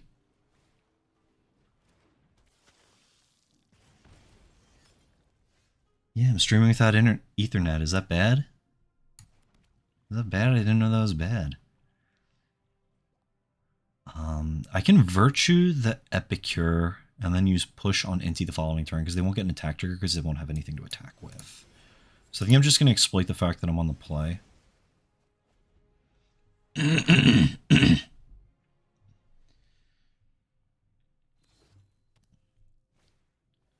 Another Epicure. Okay. So now I'm going to have to hold the Fatal Push up for the Inti here, but I've already kind of priced myself into that. Once again, running into the 24 land problem with all these looters. Unique. It's unique. Oh, it's unique. All right, so definitely need to add lands. I think I want to go to 26 when I have this many cards that it can actually convert lands into spells. A blue and a red, probably using scissors. Yeah, ugh. Ugh. Ugh. Alright, what am I supposed to do against that? I guess block it forever with a Tyrant if I can ever get one in play. I think I'm going to keep holding the Fatal Push for the Inti.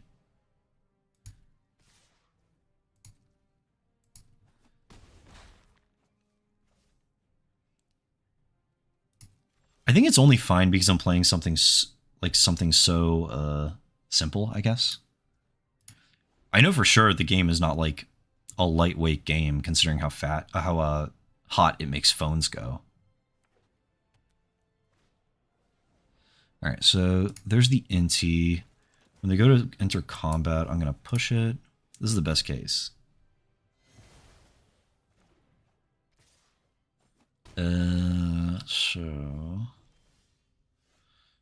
Okay, so what is my best case here? Oh, they have Shrapnel Blast. I'm super dead. I was going to say, I could bid a reunion, try and find, like, Fatal Push untapped land, tag the Epicure, and go to 1. But no, if they're doing that, I'm done. It's dead. Bring in the Brotherhood Ends, the Blot Outs. Oh, the Blot Outs don't even tag it, because it's 0. Oh my goodness. I guess the Feed the Swarm to hit the Scissors enchantment? Maybe it's Duress? I think I just have... Extinction Event actually seems good. This seems very much like I'm in trouble.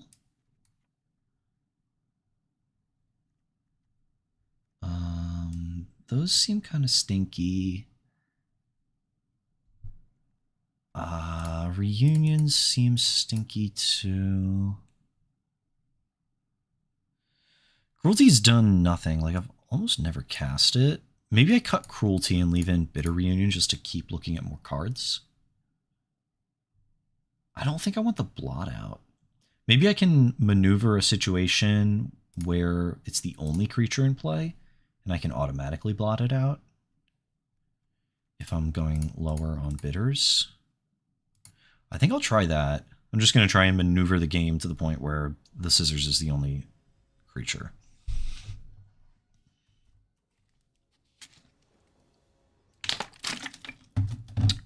Okay. I'm gonna play first, obviously. So we have... Oh, this hand is ugly.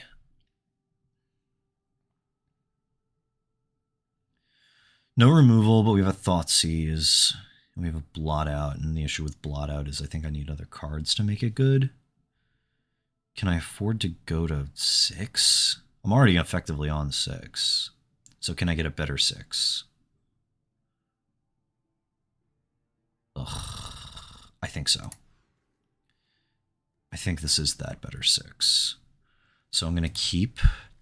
I think I'm going to hold on to the Bitter Reunion here to try and make sure I can hit lands. I want to keep that.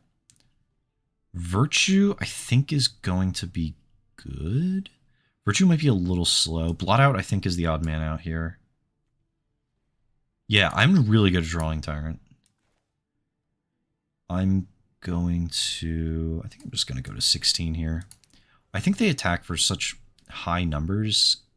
Oh my goodness, Cryptic Coat. Okay. I'll take the Ensoul. Do I just take the coat? They don't have artifacts.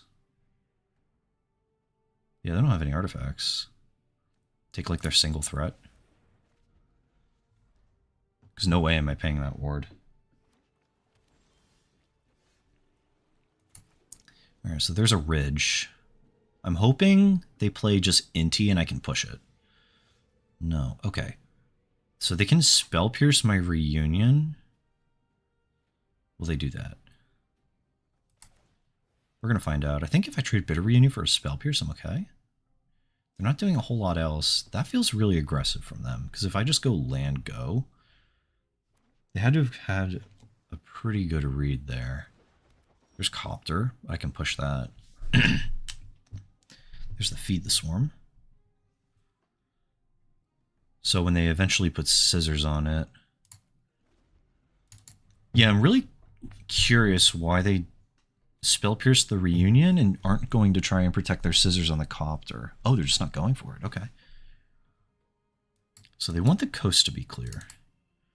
And I think I'm going to take this opportunity to try and dig out of this hole with the Fable rather than trying to play to not die by using the Fatal Push on the Copter. They're just going to stick Gigantha? Oh, that's so sick. So I can take 5 and feed it? Oh no, they're just going to attack me for 3. I forgot.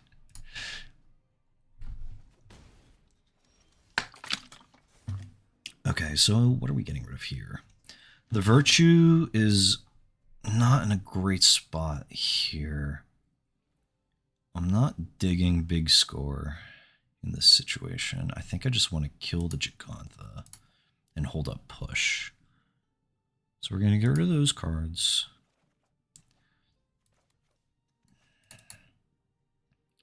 I can attack, feed the Gigantha. Ugh, that's so low. I can block it, but I think that's kind of just bad. I can hold a push on Den and Copter.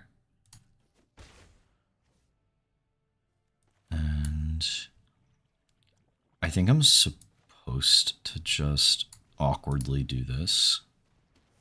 And hold up push push.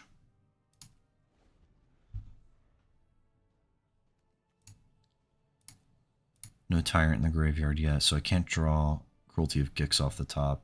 Also because I sideboarded it out.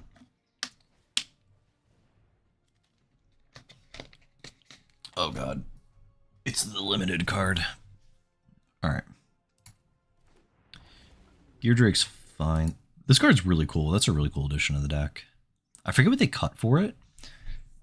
I noticed, like, back when I was watching, there were a bunch of different builds. Alright, so I'm just gonna let them Shrapnel Blast me. And I'm not gonna let them go to declare attacks. Yeah, they're just gonna Shrapnel Blast me. And I think I need to use the push on the den.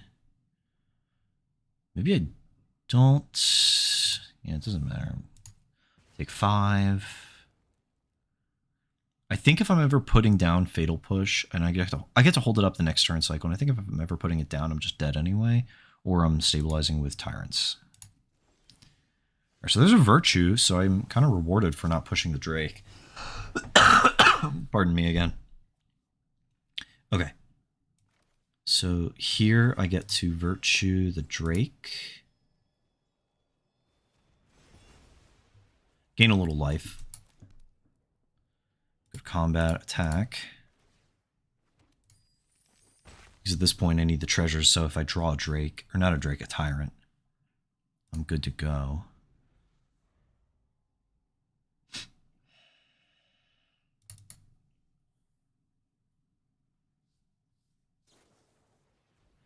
Oh, they're just going to blast me for 5. That's so boring. Okay. Good enough, though. Alright. So add a couple lands. I don't think I have any more theaters, or else I would add one of those. I'm not getting Besaged a lot tonight, so maybe I just want a basic. Maybe I just want to put a basic mountain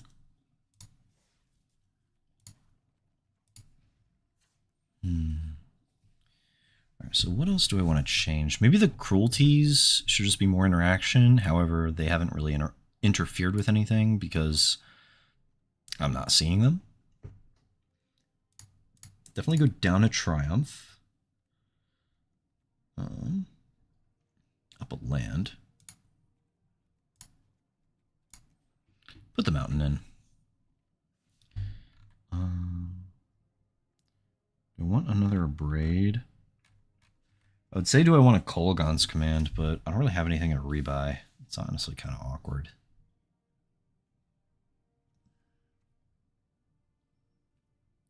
$25 lands.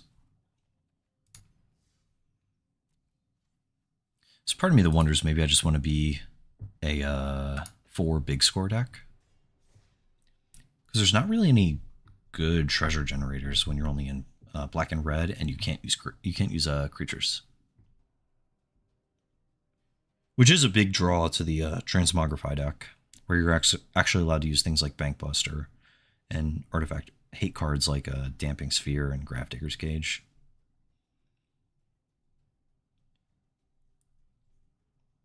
But as I said earlier, I think at that point Atraxa is the better target than multiple Tyrants.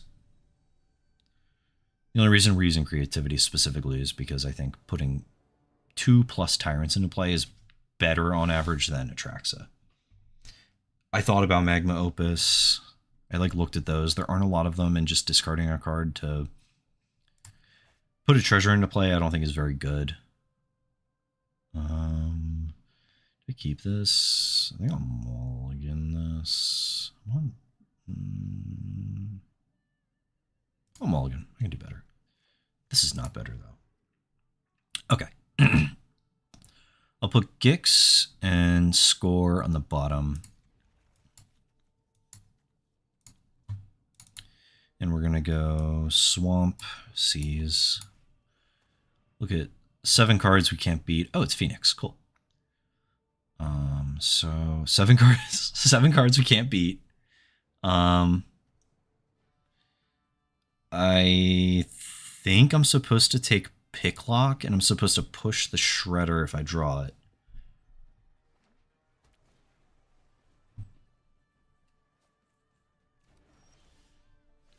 Okay, so if they go Shredder next turn, which I don't think they will, like just play a Naked Shredder. I can just Virtue it. I think they're just going to pick lock though, yeah. Because that card's very good in that deck. But yeah, Opus is really hard to justify without Gearhulk, and also because this deck already feels like it goes down really low on cards and can't recuperate cards as well as the other versions of the deck. Like, at least Deduces think twice half the time while also setting up your combo. So I do kind of want to try blue-red Gearhulk creativity again. Maybe I'll do that next time I'm live. Alright, so here's Shredder. We're toast. Yeah, he got the counter. It's over. We're going to discard Torch. Even though it's good in this matchup, it's just not good right at the moment, and I don't think I can afford to wait like that. I think it's just going to be pitch, Torch. Maybe ramp into Virtue is like my game plan here. And I just get rid of Torch. What is my game plan? I don't know if I have one. Well, that's definitely not it.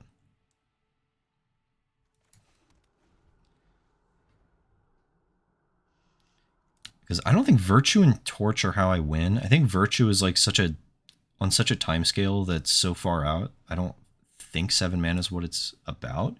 But maybe because they usually only play like 2 Spell Pierce, the Virtue's pretty safe to resolve.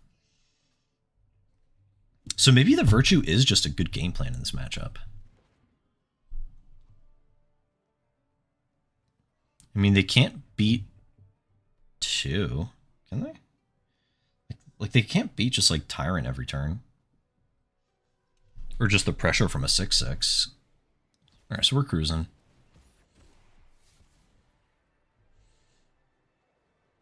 The Royal We. Draw 3 cards. Interesting.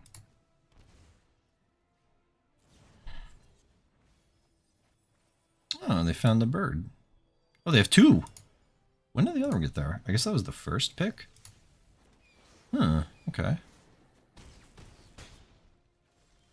Man, this bird deck might be good.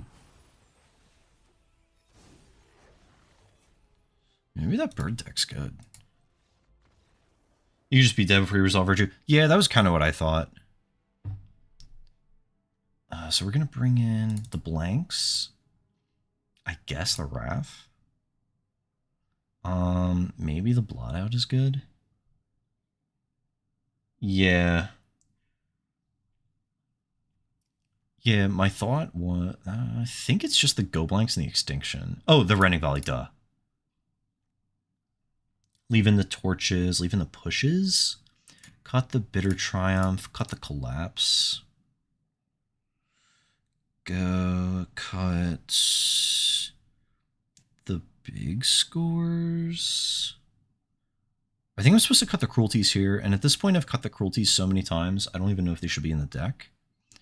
I don't think Virtue kills anything in this matchup. I think he's a little too small ball. But I like this. The Volleys, the Go Blanks, and the Extinction. Yeah, okay, let's go with that. Yeah, that's what I was thinking. Like, I don't think the Virtue is going to be stabilizing me at all. I have to wait until turn 7 to play it. Like, I was hoping that I could draw... Like, maybe I leave it in my hand and I just try and draw, like, push into something to interact, like another Torch. Or Torch at all. Maybe I should have left the Torch in my hand because they had Phoenixes, but I honestly just didn't even realize they had a Phoenix the first pick. The first pick lock. All right, so this is kills a Crackling Drake, discards Sleight of Hand. I don't know. The cards are all good, though. You know, I haven't been impressed with Cruelty either. It's really cool. I like all the modes. I just wish it was better. I'm gonna enter tapped. I'm gonna enter tapped, and it should have been a Haunted Ridge. I'm gonna seize now. Maybe I should have did it the other turn, but I don't know if they're just gonna go Spirebluff go. Are they gonna Spell Pierce it? Oh, it's the card. It's the memory. Okay, so I think their next turn is just going to be pick. They have 2 cantrips that don't matter. I think Memory is the only irreplaceable card, besides Picklock. Picklock's really good. Memory, though, is going to be a pain the entire game. So I've got to get it. There we go. So they're probably just going to opt here. Okay, they're going to consider. The card. It's the card. Unfortunately, I can't watch them do it. I don't think I have any copies of this either, so my Phoenix list would have been even worse. Okay, so this is just gonna, I guess, be one of these games where I try and play Fable after Fable after Fable and see what happens. Okay, so they got it. That was a pretty good pick. Or a pretty good free the Fae. So they found a Phoenix and a Lightning Axe. Lightning Axe can kill my Shaman and bin their other one. So here I'm just not going to draw Torch. Because if I draw a Torch here, I'm pretty as happy as I can be, I think. Yeah, this is just Axe on the bird. So we found 2 birds in the top 17 again. And there's the go blank. Just a little short. Discard 2 cards. I will discard the volley. I don't have any targets. I haven't seen a Drake. And am I supposed to discard the go blank here? Am I supposed to go blank them? I think I discard a Fable and attempt to draw Torch the Tower, go blank, or attempt to draw Torch the Tower so I can go blank, or attempt to draw a removal spell so I can go blank. Okay, so we're gonna... No, didn't find it. The question is, do I go blank here to neuter a cruise? Or what? Awkwardly, I think I'm supposed to, even though it feels stinky. Because I think if they cruise, I'm done. This at least gives me 2 turns. I can draw creativity off the top and creativity on the backside of my Fable to semi-stabilize. Alright, so they're going for a Picklock here. Well, they feel... Okay, so... I think I have to bitter. Discard Tyrant. Try to draw anything. Push. So I can push a Phoenix. It's not that impressive, though. So I have Revolt.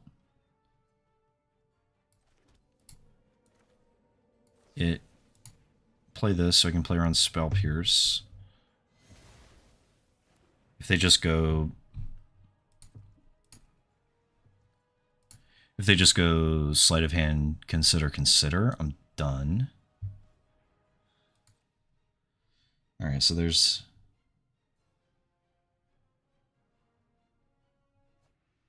that. There's Fiery Impulse. Alright, so let's see if they can play Opt. Doesn't look like they're going to, so it looks like I get a turn. But now I have no targets for creativity. So I'm wondering what my out is. I guess it's kill a Phoenix? Kill a Phoenix, play Fable?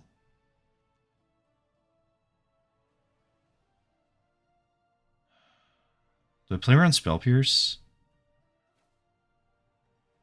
I think I have to. Oh, wait, hold on. I think I'm supposed to cast this with Bargain just for the Scry. Yeah, because I don't want that. I think I'm supposed to play this to play around Spell Pierce, because if I get Spell Pierced here, I have no targets for creativity the following turn. So this attack step puts me to 1. If they drop... Okay, so never mind. This puts me to -2. And... Okay. That's just the way it is. Alright, so that was kind of boring. The memory was cool, but I had to Thoughtseize it, so that was lame. Okay. Do I have memories, though? I have no idea what is in my collection anymore. Okay. Murders. Blue cards. What do we got? Not a whole lot. I didn't really draft the set at all. I think I crafted the deuces. We got nothing. I crafted 2 Intrude the Mines. I thought this card was really cool. Yeah, every Phoenix. I think they were short 1. And I crafted the Cryptic Coat. I have 0 Profts. So I can't even build blue-black Proft for Pioneer. Okay, what else? Yeah, they had all the Twitter birds. This card looks cool, though. I saw people were playing this. And it's just Quench that scales up to make a 2/2. And that seemed pretty cool. It's just kind of nice that it's Quench with additional context in a creativity deck. I really liked that. What else? Do I have any of the 3 steps ahead or 2 steps ahead or walking ahead? They discarded the 3rd. Wait, they did? I didn't even notice that. Oh my god. Unreal. The 2 came in, each one from a Free the Fae, and I thought, oh, that's pretty good. But I didn't realize it just actually had them all in the top 20. Okay. Yeah, 3 steps ahead. Yeah, this card seems really good in the creativity shells. Because once you kind of like try and put a threat into play, you can always make a copy of it at instant speed. It's pretty good at staying neutral. This seems pretty nice with Proft's eidetic memory too. Because it's just another way to stay even on cards, but just like have them moving between zones. Duelist, obviously. Yeah, I think this is going to be part of the eidetic memory deck if we end up working on it and getting to work. I got 2 at my local store the other night. I saw they were going up pretty high in price, so I don't know if I'm going to be getting any more anytime soon. And I don't have all of the blue-black lands, and I'm not particularly jazzed enough on Pioneer to want to get them. This is nice still, though. It's Archmage Charm. It is kind of Archmage Charm. It's weird because it doesn't have all the 2-for-1 modes. It has the 1-for-1 mode and a stay even on cards mode. No divination. It's just a, what is it, catalog? And the token seems the best because that's the weird mode. That's like the take control of something across 1 or less mode. And I think that one is going to be pretty good with Gear Hulks. So maybe I craft it. Maybe we try that tonight. Yeah, who cares? I'll do 2. How many should I do? 2 or 3? 2 or 3? What do you think? Because then we can play a game with that to end the night. What do you think, Caleb? 2 copies or 3? Burning all my wild cards. Full 4? Just send it? Alright, how about we compromise? Let's do 3. I'm trying to think, like, what is the 3 slot on the creativity curve? It's Fable and, like, Double Spell? So maybe this does fit pretty well in that deck. It's kind of awkward because I don't think it's very good to rebuy with Gear Hulk because you have to pay the spree portion. Let's do 3. I can always craft the last one. Or maybe I'll get lucky and I'll open it. All right, so where's Gear Hulks? Here it is. Because I'm also like the only person I know that plays this deck. What can I say? I like it. Ugh, don't look. This is embarrassing. I don't know why half these cards are in here. Please don't look. What was I doing? Oh yeah, I was trying Stern Lesson. That card's kind of stinky. I think I'm going to keep some number because it's not horrible. It's not horrible. It's really good when you're just kind of like doing nothing. But at the same time, I'm not sure I want to be happy about doing nothing. Oh, this card's weird. So it's going to be, it costs 1 in the corner, so it's at the front, even though it always is going to cost more than 1. Ugh. I hate that. So I'm wondering if Ill-Timed Explosion is good in the sideboard as just like my sideboard Wrath. I had 1 in the main, but it probably shouldn't be there. So what do we got? We got Galvanize, which is probably not good. Torch the Tower. What's I think I'm supposed to stay full Torch the Tower. Is there a better damage spell? Volcanic Explosion is really, really good. Yeah, I really liked that card when it was previewed. I haven't done a lot with it because I only opened the one. I would like to have more copies, but it's a rare wild card, and someone just made me suggested that I get 3 steps ahead. I think this card is just pretty good, though. I thought it was good enough just to be main deck, but I don't know if I have expensive enough spells. Do I bother with Sublime Epiphany? I think I just like that card too much. Negate, Reversal Stroke, 3 Disputes, 2 Rending Volley. I'm on the torches in the main. I don't think I have a Thundering Falls. Oh, I do. Cool. 26 lands now. I think I'm pretty good at filtering them. I don't have one of the 5 damage things. Not Sublime Epiphany. Oh, it's really cool with Gear Hulk. I think 3 steps ahead is Sublime Epiphany, but like better, I guess. I wish this could be a memory deck, but we clearly can't do eidetic memory. Am I missing anything? Oh, I could play 2 copies of Spire Bluff. Ugh. Yeah, that was the worst. When my collection of Spire Bluff got completed by the Thunder Junction version. So painful. 2 copies of Spire Bluff. Trim a Stormcarved Coast. I'm not sure. Let's go to a 3.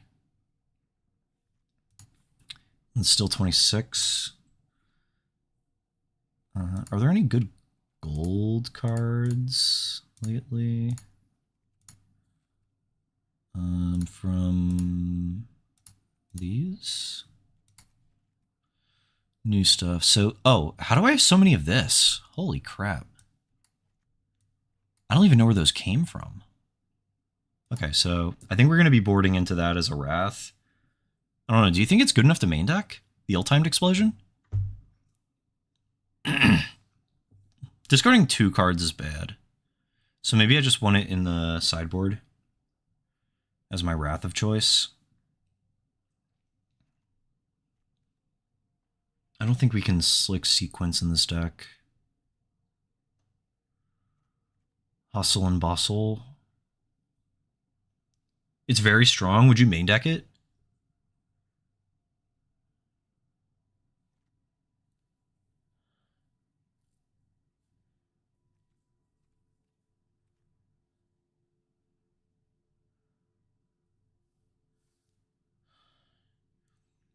Because if you would main deck it, then we can figure out what it looks like.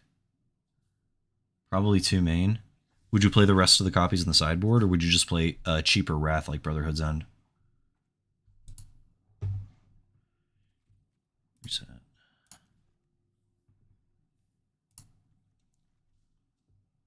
It's the reason you play... Okay.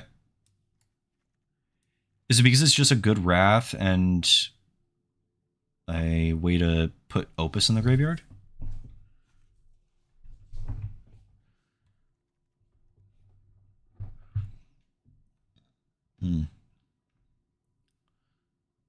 I can't tell if Galvanize is good either. I wish I just had Roast. but roast that wasn't stinky.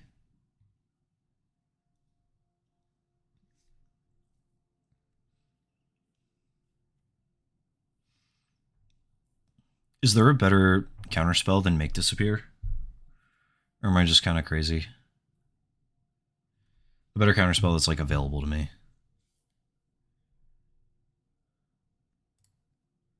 Stern Lesson stinks.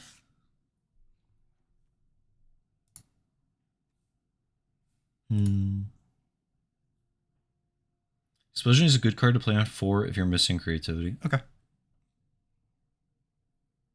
I'm pretty down with that. It's kind of nice that you get to look at all the cards and make the decision before you discard.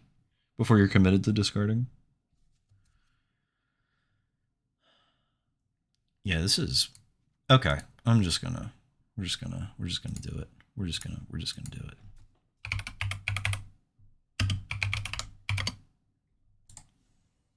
gonna do it. Nothing matters. It's fine.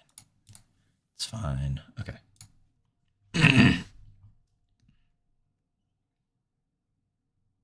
Oh, that's right. I can play the Quench. Duh. What is that? Spirit. Bird. Phantom Interference. Okay. Yeah, that seems way better.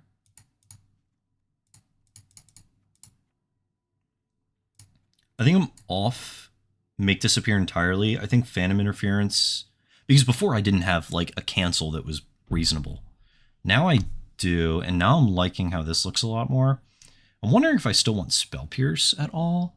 I think I do. But this card I'm pretty into. This is just blue-red tokens now. I'm going to cut a Galvanize because I'm not even sure that card's good in the first place. Oh, I could play a Braid. I need a Braid. Just play a main deck of Braid. Just play a main deck of Braid. These are pretty good. That's pretty good. Explosion just scales up really well in this deck too. Is there anything else? It's just like a big spell that's good to flashback. Because Ill-Timed Explosion is really bad with the spree cards because they all cost 1. But I guess it's the greatest mana value. So as long as I'm discarding something reasonable.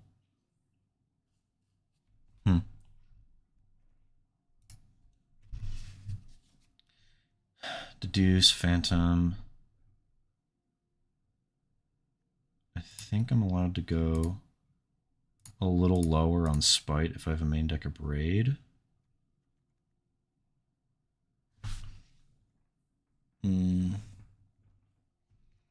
I can probably trim a land. I probably want another Mirrex though. I'm so high on lands. I have 27 lands. I think those are fine. Maybe Sokenzin's a little washed. Maybe the Spire Bless are just bad. Just don't bother with those. Stay on 25. +2 Mirrex. I have a lot of things to do with my mana now. Which is really cool.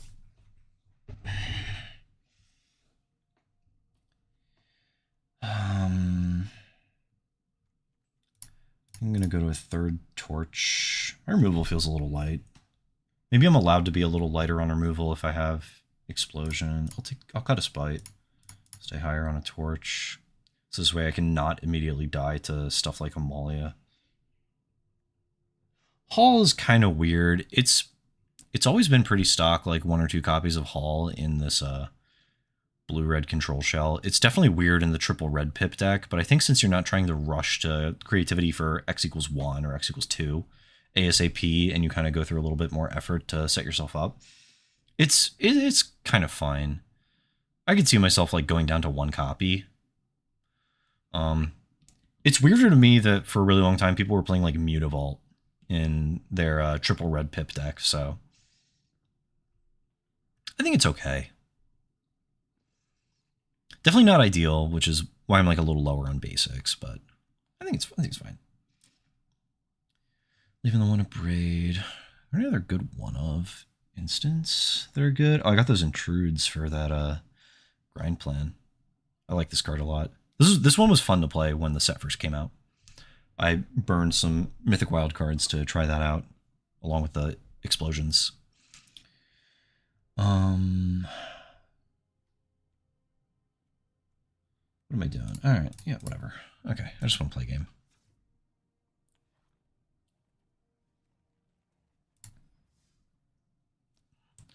Play this. Gear Hulk. Play. Okay. Drink a little water. Oh my god, it's 10:15.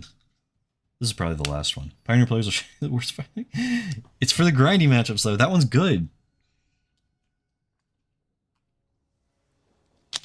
No, that one's fine. That one's good. It's cool. It makes a Thopter. We're gonna go first. Good thing we got Archmage Charm. I think I'm gonna keep this.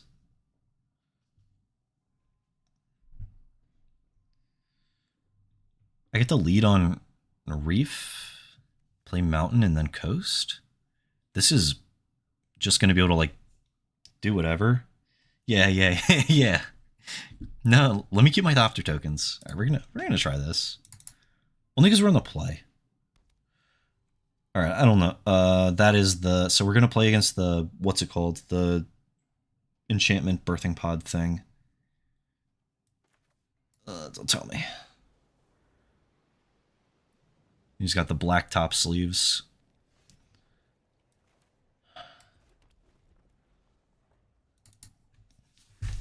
Yeah, okay, buddy. Okay, never mind. We're playing against mono green. Okay.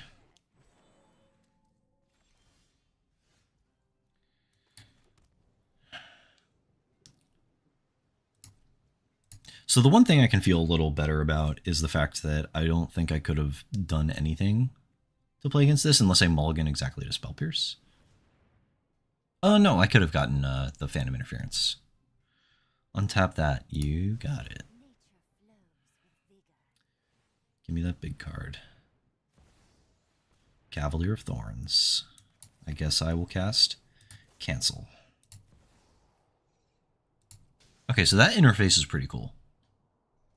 I haven't seen the Spree interface on Arena yet, but that was cool. I liked that. So now they're just going to play second Cavalier of Thorns. They're going to draw their card, and they're going to look at the... Oh, it's going to be even worse. Okay. So we're going to go to 8, 9. It's been a while since I had to do the counting. All right, so I guess we just got to hope that they find Karn the Great Creator and the game bugs. Oh, no, I'm just going to die.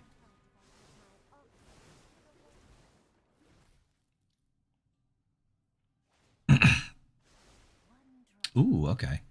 Get to make 9. I'm not used to counting 4 off the Leyline of Guild Pact. All right, using the Mystic.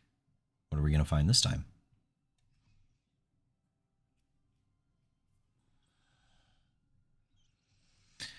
Does this side have haste? It does, okay.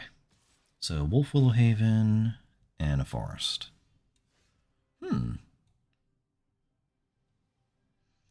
What an experience this was. I'm going to play a backside. And what do I do here?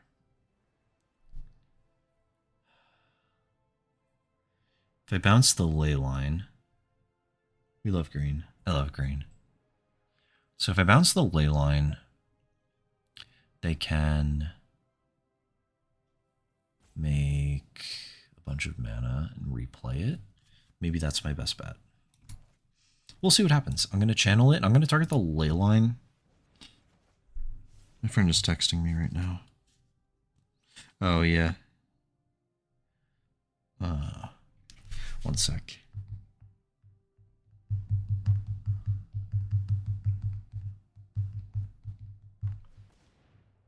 I didn't text him back, so he was concerned about me.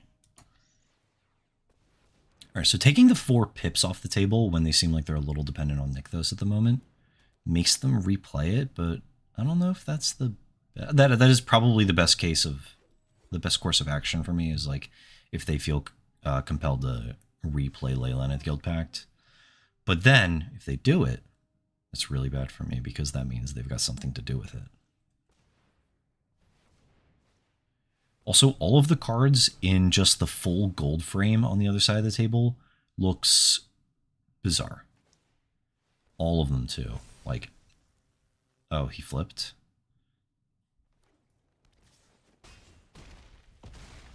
Okay, so I'm dead. Cool. That's fine. I've played this matchup before with blue-red, and it's not great. Oh, I forgot I still had this on my sideboard. This only hits dudes. I guess I bring in the Stroke. I think I just bring in the Wrath. It doesn't hit Planeswalkers, which is kind of lame. So maybe I should have some Aether Gusts. Aether Gust is a card I've forgotten about and overlooked repeatedly. So maybe it's time to bring that back. I'm trying to think off the top of my head if it's good anywhere. Can't remember. Okay, so we get to be on the play.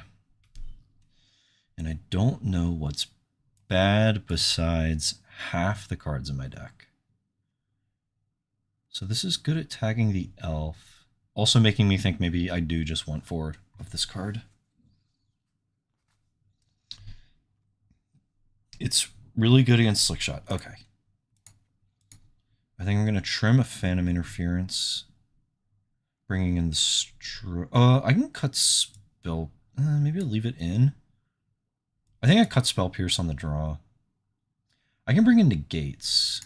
Go down to... Bring in the Negates. Go down to 1 copy of Phantom Interference. Because I think it just scales so badly. But the 1 copy is good enough. It's just, I think, making a token occasionally.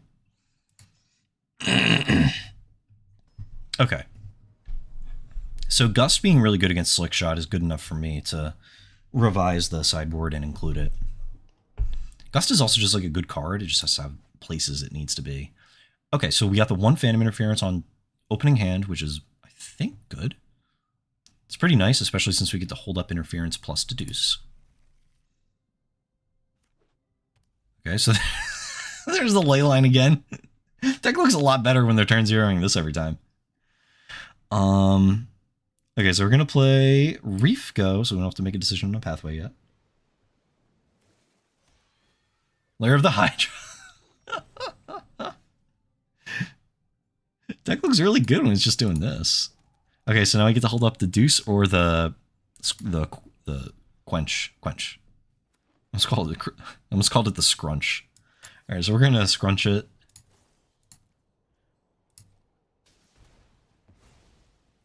And hope that their hand doesn't do a ton else. And I'm going to play this on not black, red.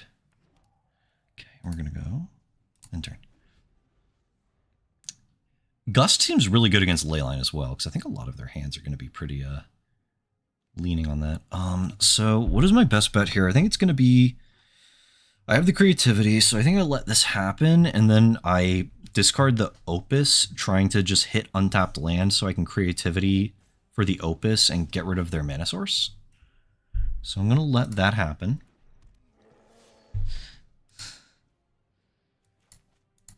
Bailiff, scrunch him. We're going to go to my turn. All right, so I didn't draw a land. But I can Explosion, discarding the other Explosion to just draw 2. It trades for the elf, and he missed his land again. So I think I'm supposed to do that.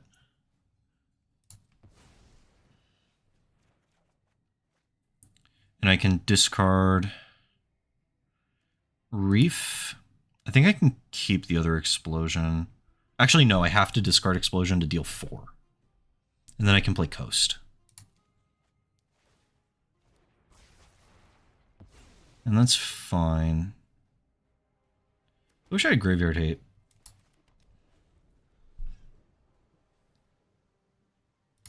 I also wish I had Gust. Okay, so they drew a land, which is Beseju, so they have 4 mana here. Kiora, so they can go to 3.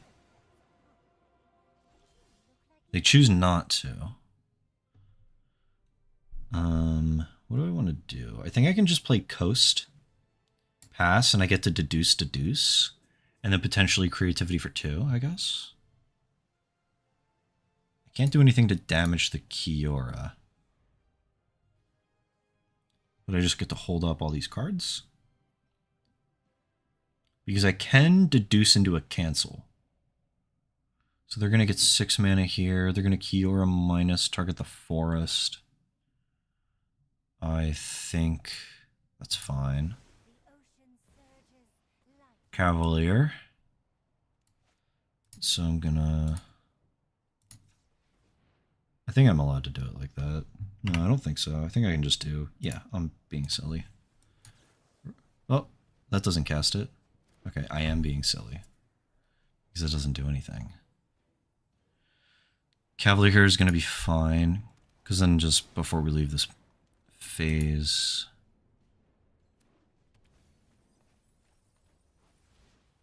They're going to get Nykthos. A fresh Nykthos without having floated with this one? Or is this the one? Okay, I think that is the one. Yeah, draw a card. Looks like they can't activate Nykthos this turn because they played with Seiju. Has to combat, so here's where I have to cast Deuce.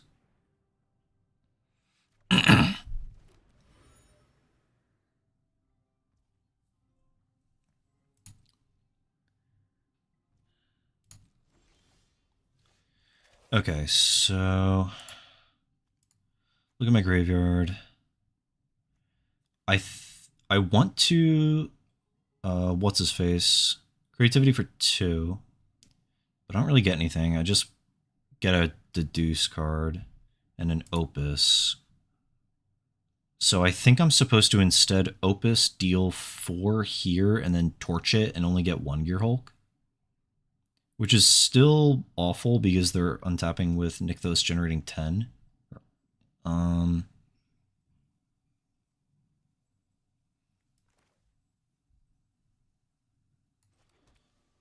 Pay 2 life. Creativity.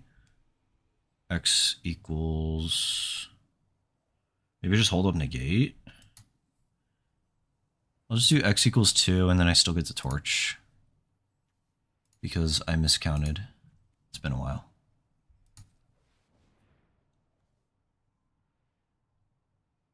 Okay. So we're going to get double Gearhulk.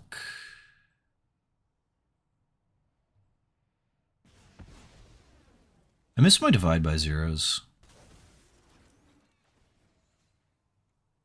And yeah, I know that card's not good.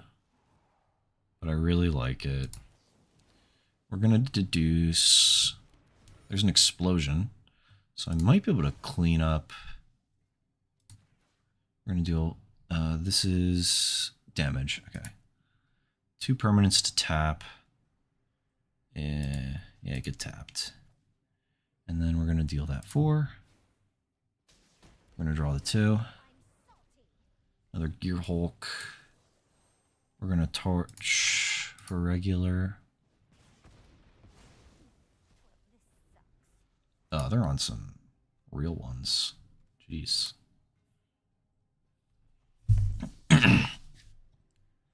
How's my volume, by the way?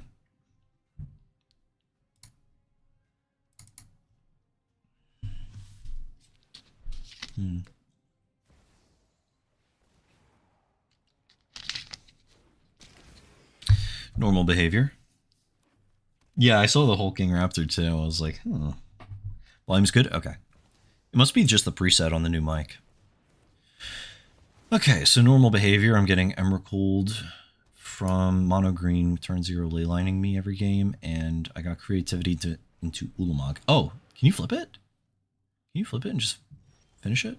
No. Okay, you're just going to take my turn?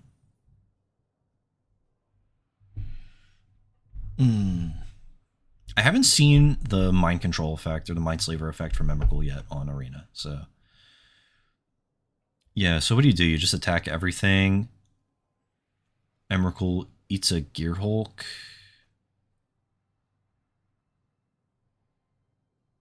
What do you do here? Just discard 3 steps?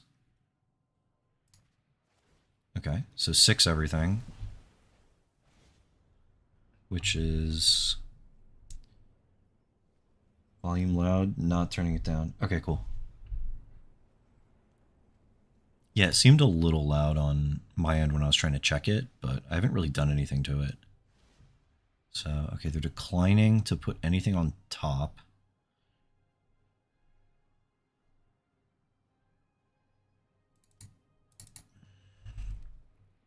Plays my land for turn, thank you. 3 steps ahead. Okay, that's why they're doing it. So they're just going to discard a spell. They're going to discard Fable. As if I'm going to get to do anything with it. Okay. Falls. Stroke. Not doing anything with that. Make 2. Clue. Fable. Hold the island. Because I can't play another land. I guess attempt to negate.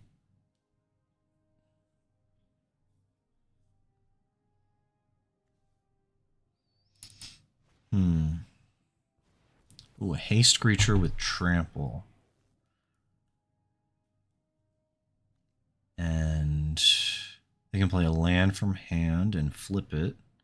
There's 5. Or they can animate the Hydra. You can block 1, take 17. Okay, that was good. Okay, that matchup doesn't seem good. I do want to add the Aether Gusts before I call it a night. Because otherwise I'll forget.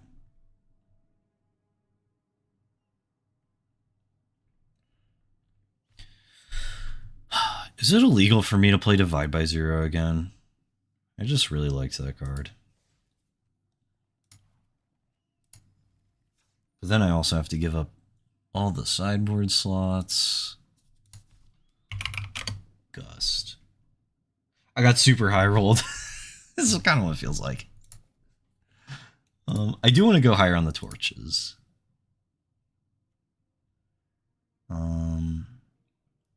This feels appropriate for an amount of interaction I'm going to need.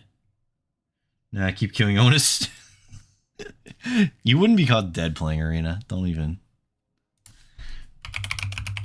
Prismari.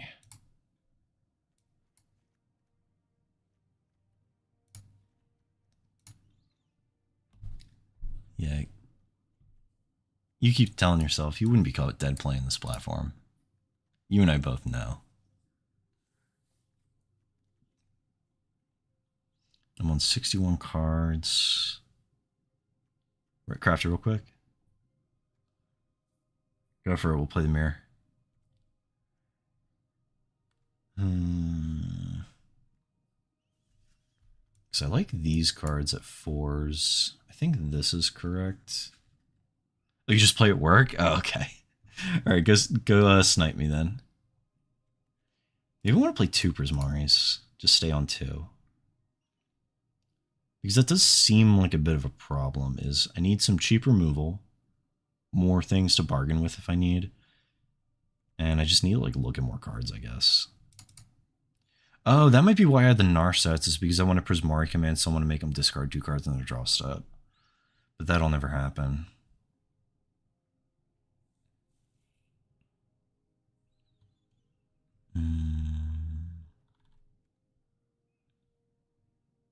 It's embarrassing. Gust. 2 copies of Gust. Then I need to figure out the main. Some kind of like the package. These are both pretty fine. I think Torch is actually important against too many decks in the meta that I need it all in the main. Maybe we can just like go down and deduce. It just does nothing, but it's really nice to be able to like play a control game at times. Gust, negate, stroke, reversal. Reversal just might be me being greedy. pretty narrow. Stroke is good in like the same matchups.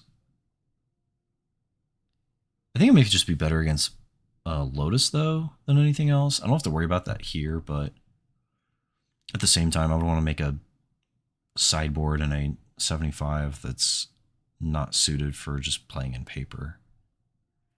I think Stroke's kind of overkill. I'll just cut the Stroke. One a Braid, 2 Gusts, 1 Reversal. Oh yeah, Arena has that, it's glitching my disputes out. There's only 3 still. What about putting Tyrants in the sideboard for when the Hulk plan is bad? I did think about that for this deck. There's a lot more ways to generate treasure, so I can cast it a little more easily. Between, I guess there's not any more ways to generate treasure. Maybe there are. There's no what's it called? Big square though. Instead I have Prismari Command, but Prismari Command requires 2 treasure tokens to cast a Tyrant. Whereas Big Score kind of just does it on its own. So maybe I would want 2 copies of Big Score at that point. Which I'm not entirely opposed to. I like that card. You can make copies of Tyrant with 3s. I do agree that does seem pretty good. Trust me, I did think about that when I was considering blue-red with a Tyrant. The 3 steps ahead is just looking... It looks awful on paper, but I think in practice it's going to be really good. I've been pretty happy to see it in my hand so far.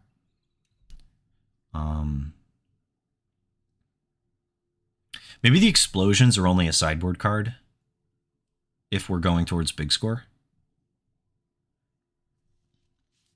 And I think if we're going this angle with treasures, I want to stick on 2 Prismaris. That's what you've been saying, bro. Which part? The part about 3 steps ahead or the part about Tyrant / Archmage Charm? Yeah.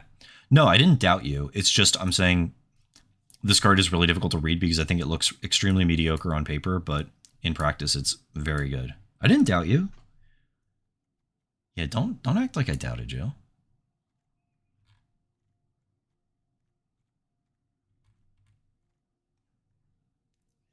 Bro's out here thinking I'm doubting.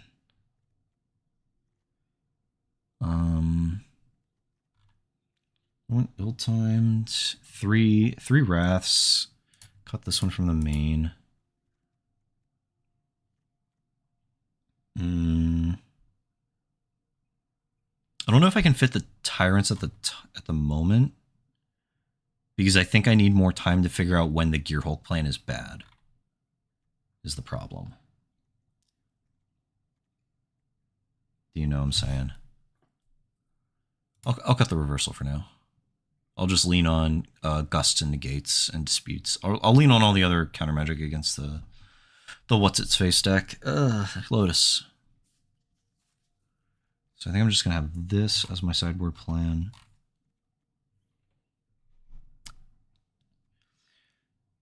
And I think maybe we go to the Big Score. No, I'm gonna leave the Big Scores in. I think those might be actually good. What do I cut? 125 lands.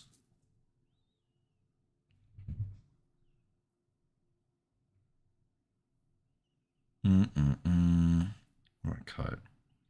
The deduces are too good at the games where you're just doing nothing. And there's a lot of just doing nothing here.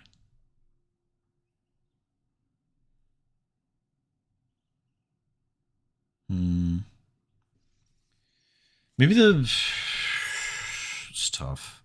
Because these feel like they're occupying really similar slots where they're really good at doing nothing. Maybe Prismari is just a little too low impact. Because they're both kind of for the same purpose, where it's like EOT, just make some treasures to target. This, I think, is better. I don't know. Having the Shatters is pretty nice. It's Archmage Charm and Prismari Command. Everyone's favorite cards. Maybe the Big Score is just enough of... It's just too redundant with Prismari, where it's just like do nothing, make a treasure. This is like do nothing, make some treasures. Maybe. Yeah, maybe I just don't need to counter something on turn 1. And Spell Pierce is just like not fighting on the axis that this deck wants to. Whereas like this deck kind of wants to go a lot longer now that I have like a good cancel.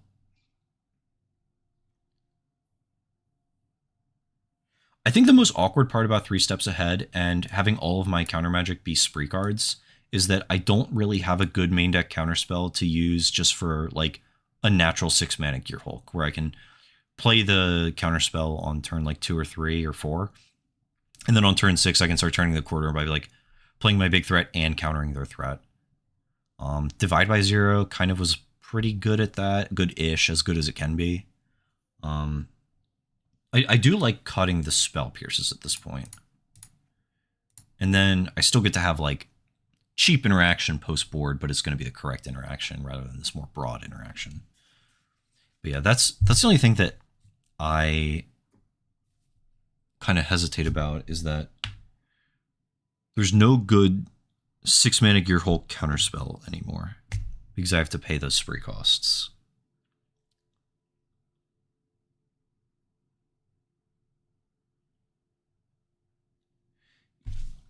Yeah. Here's the other one we're talking about. There's 3 steps ahead, and then there's Phantom Interference, which is just quench or make it 2/2, or both. For a blue and an instant, you can spree it. But it doesn't get you a mid lesson from the sideboard. I know, I love my mid lessons.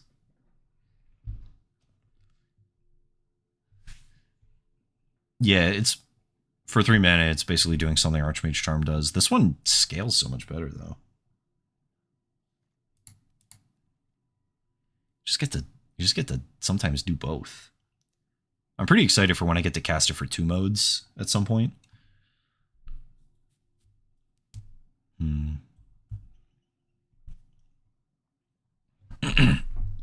I think there is a point where I have too many spree cards because making a token copy, I don't have anything to copy with the Gear Hulk. Because the Gear Hulk only pays for the top right. It doesn't pay for the spree. So maybe I should be... Kiss for 3 seems like the nuts. Yeah, it does. Maybe I should be on only 2 Phantom Interference. Maybe I should just be playing more cards that are good to naturally play with Gear Hulk. Or maybe I'm just supposed to do that post-board. And pre-board, I'm supposed to do all the creativity stuff and do the combo thing.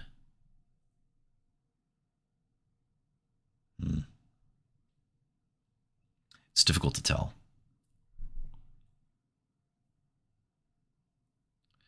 This is making me want to do really bad things in Modern as well. I'm looking at Gear Hulks and just kind of thinking like maybe I should just play blue-red awful cards. Blue-red awful cards, creativity into Gear Hulk with Opus. I don't think I should tempt myself like that. Something's wrong with me and I just want a creativity into like the worst cards you've ever seen in your life.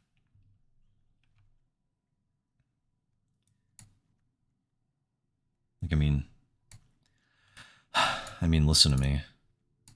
I'm over here trying to creativity into a Vaultborn Tyrant. What's wrong with me? What's happened? I didn't used to be like this. That's not true. I've always been like this. Anyway, creativity into 3 Colossals Red Maul. Yeah, I have to just creativity into 3 terrible dinosaurs. Just pick your favorites. Okay, I think I am going to call it for the night. It's getting a lot later than I expected. But I'm probably going to start with this the following time I start streaming. Wondering if I should play any more Surveillance. Wondering if I should do anything different. Maybe 3rd Mirex. Go up to 26 lands, play a 3rd Mirex. Sideboard's looking kind of nice too. I'm not sure if Ill-Timed Explosion is better than Brotherhood's End. It's probably... it might be. Yeah, it might be. So anyway, thanks for hanging out tonight. Thanks for watching and chilling and helping me figure out what to do with this Pioneer format. Hopefully I don't have to buy any more cards to play in RCQ, because I don't think I should be putting in... I don't think I should be doing Gear Hulk things at the RCQ. I think I should just be casting Treasure Cruise and putting Arclight Phoenix into play, but it's easy for me to get swayed. So have a good night, and I'll see you again.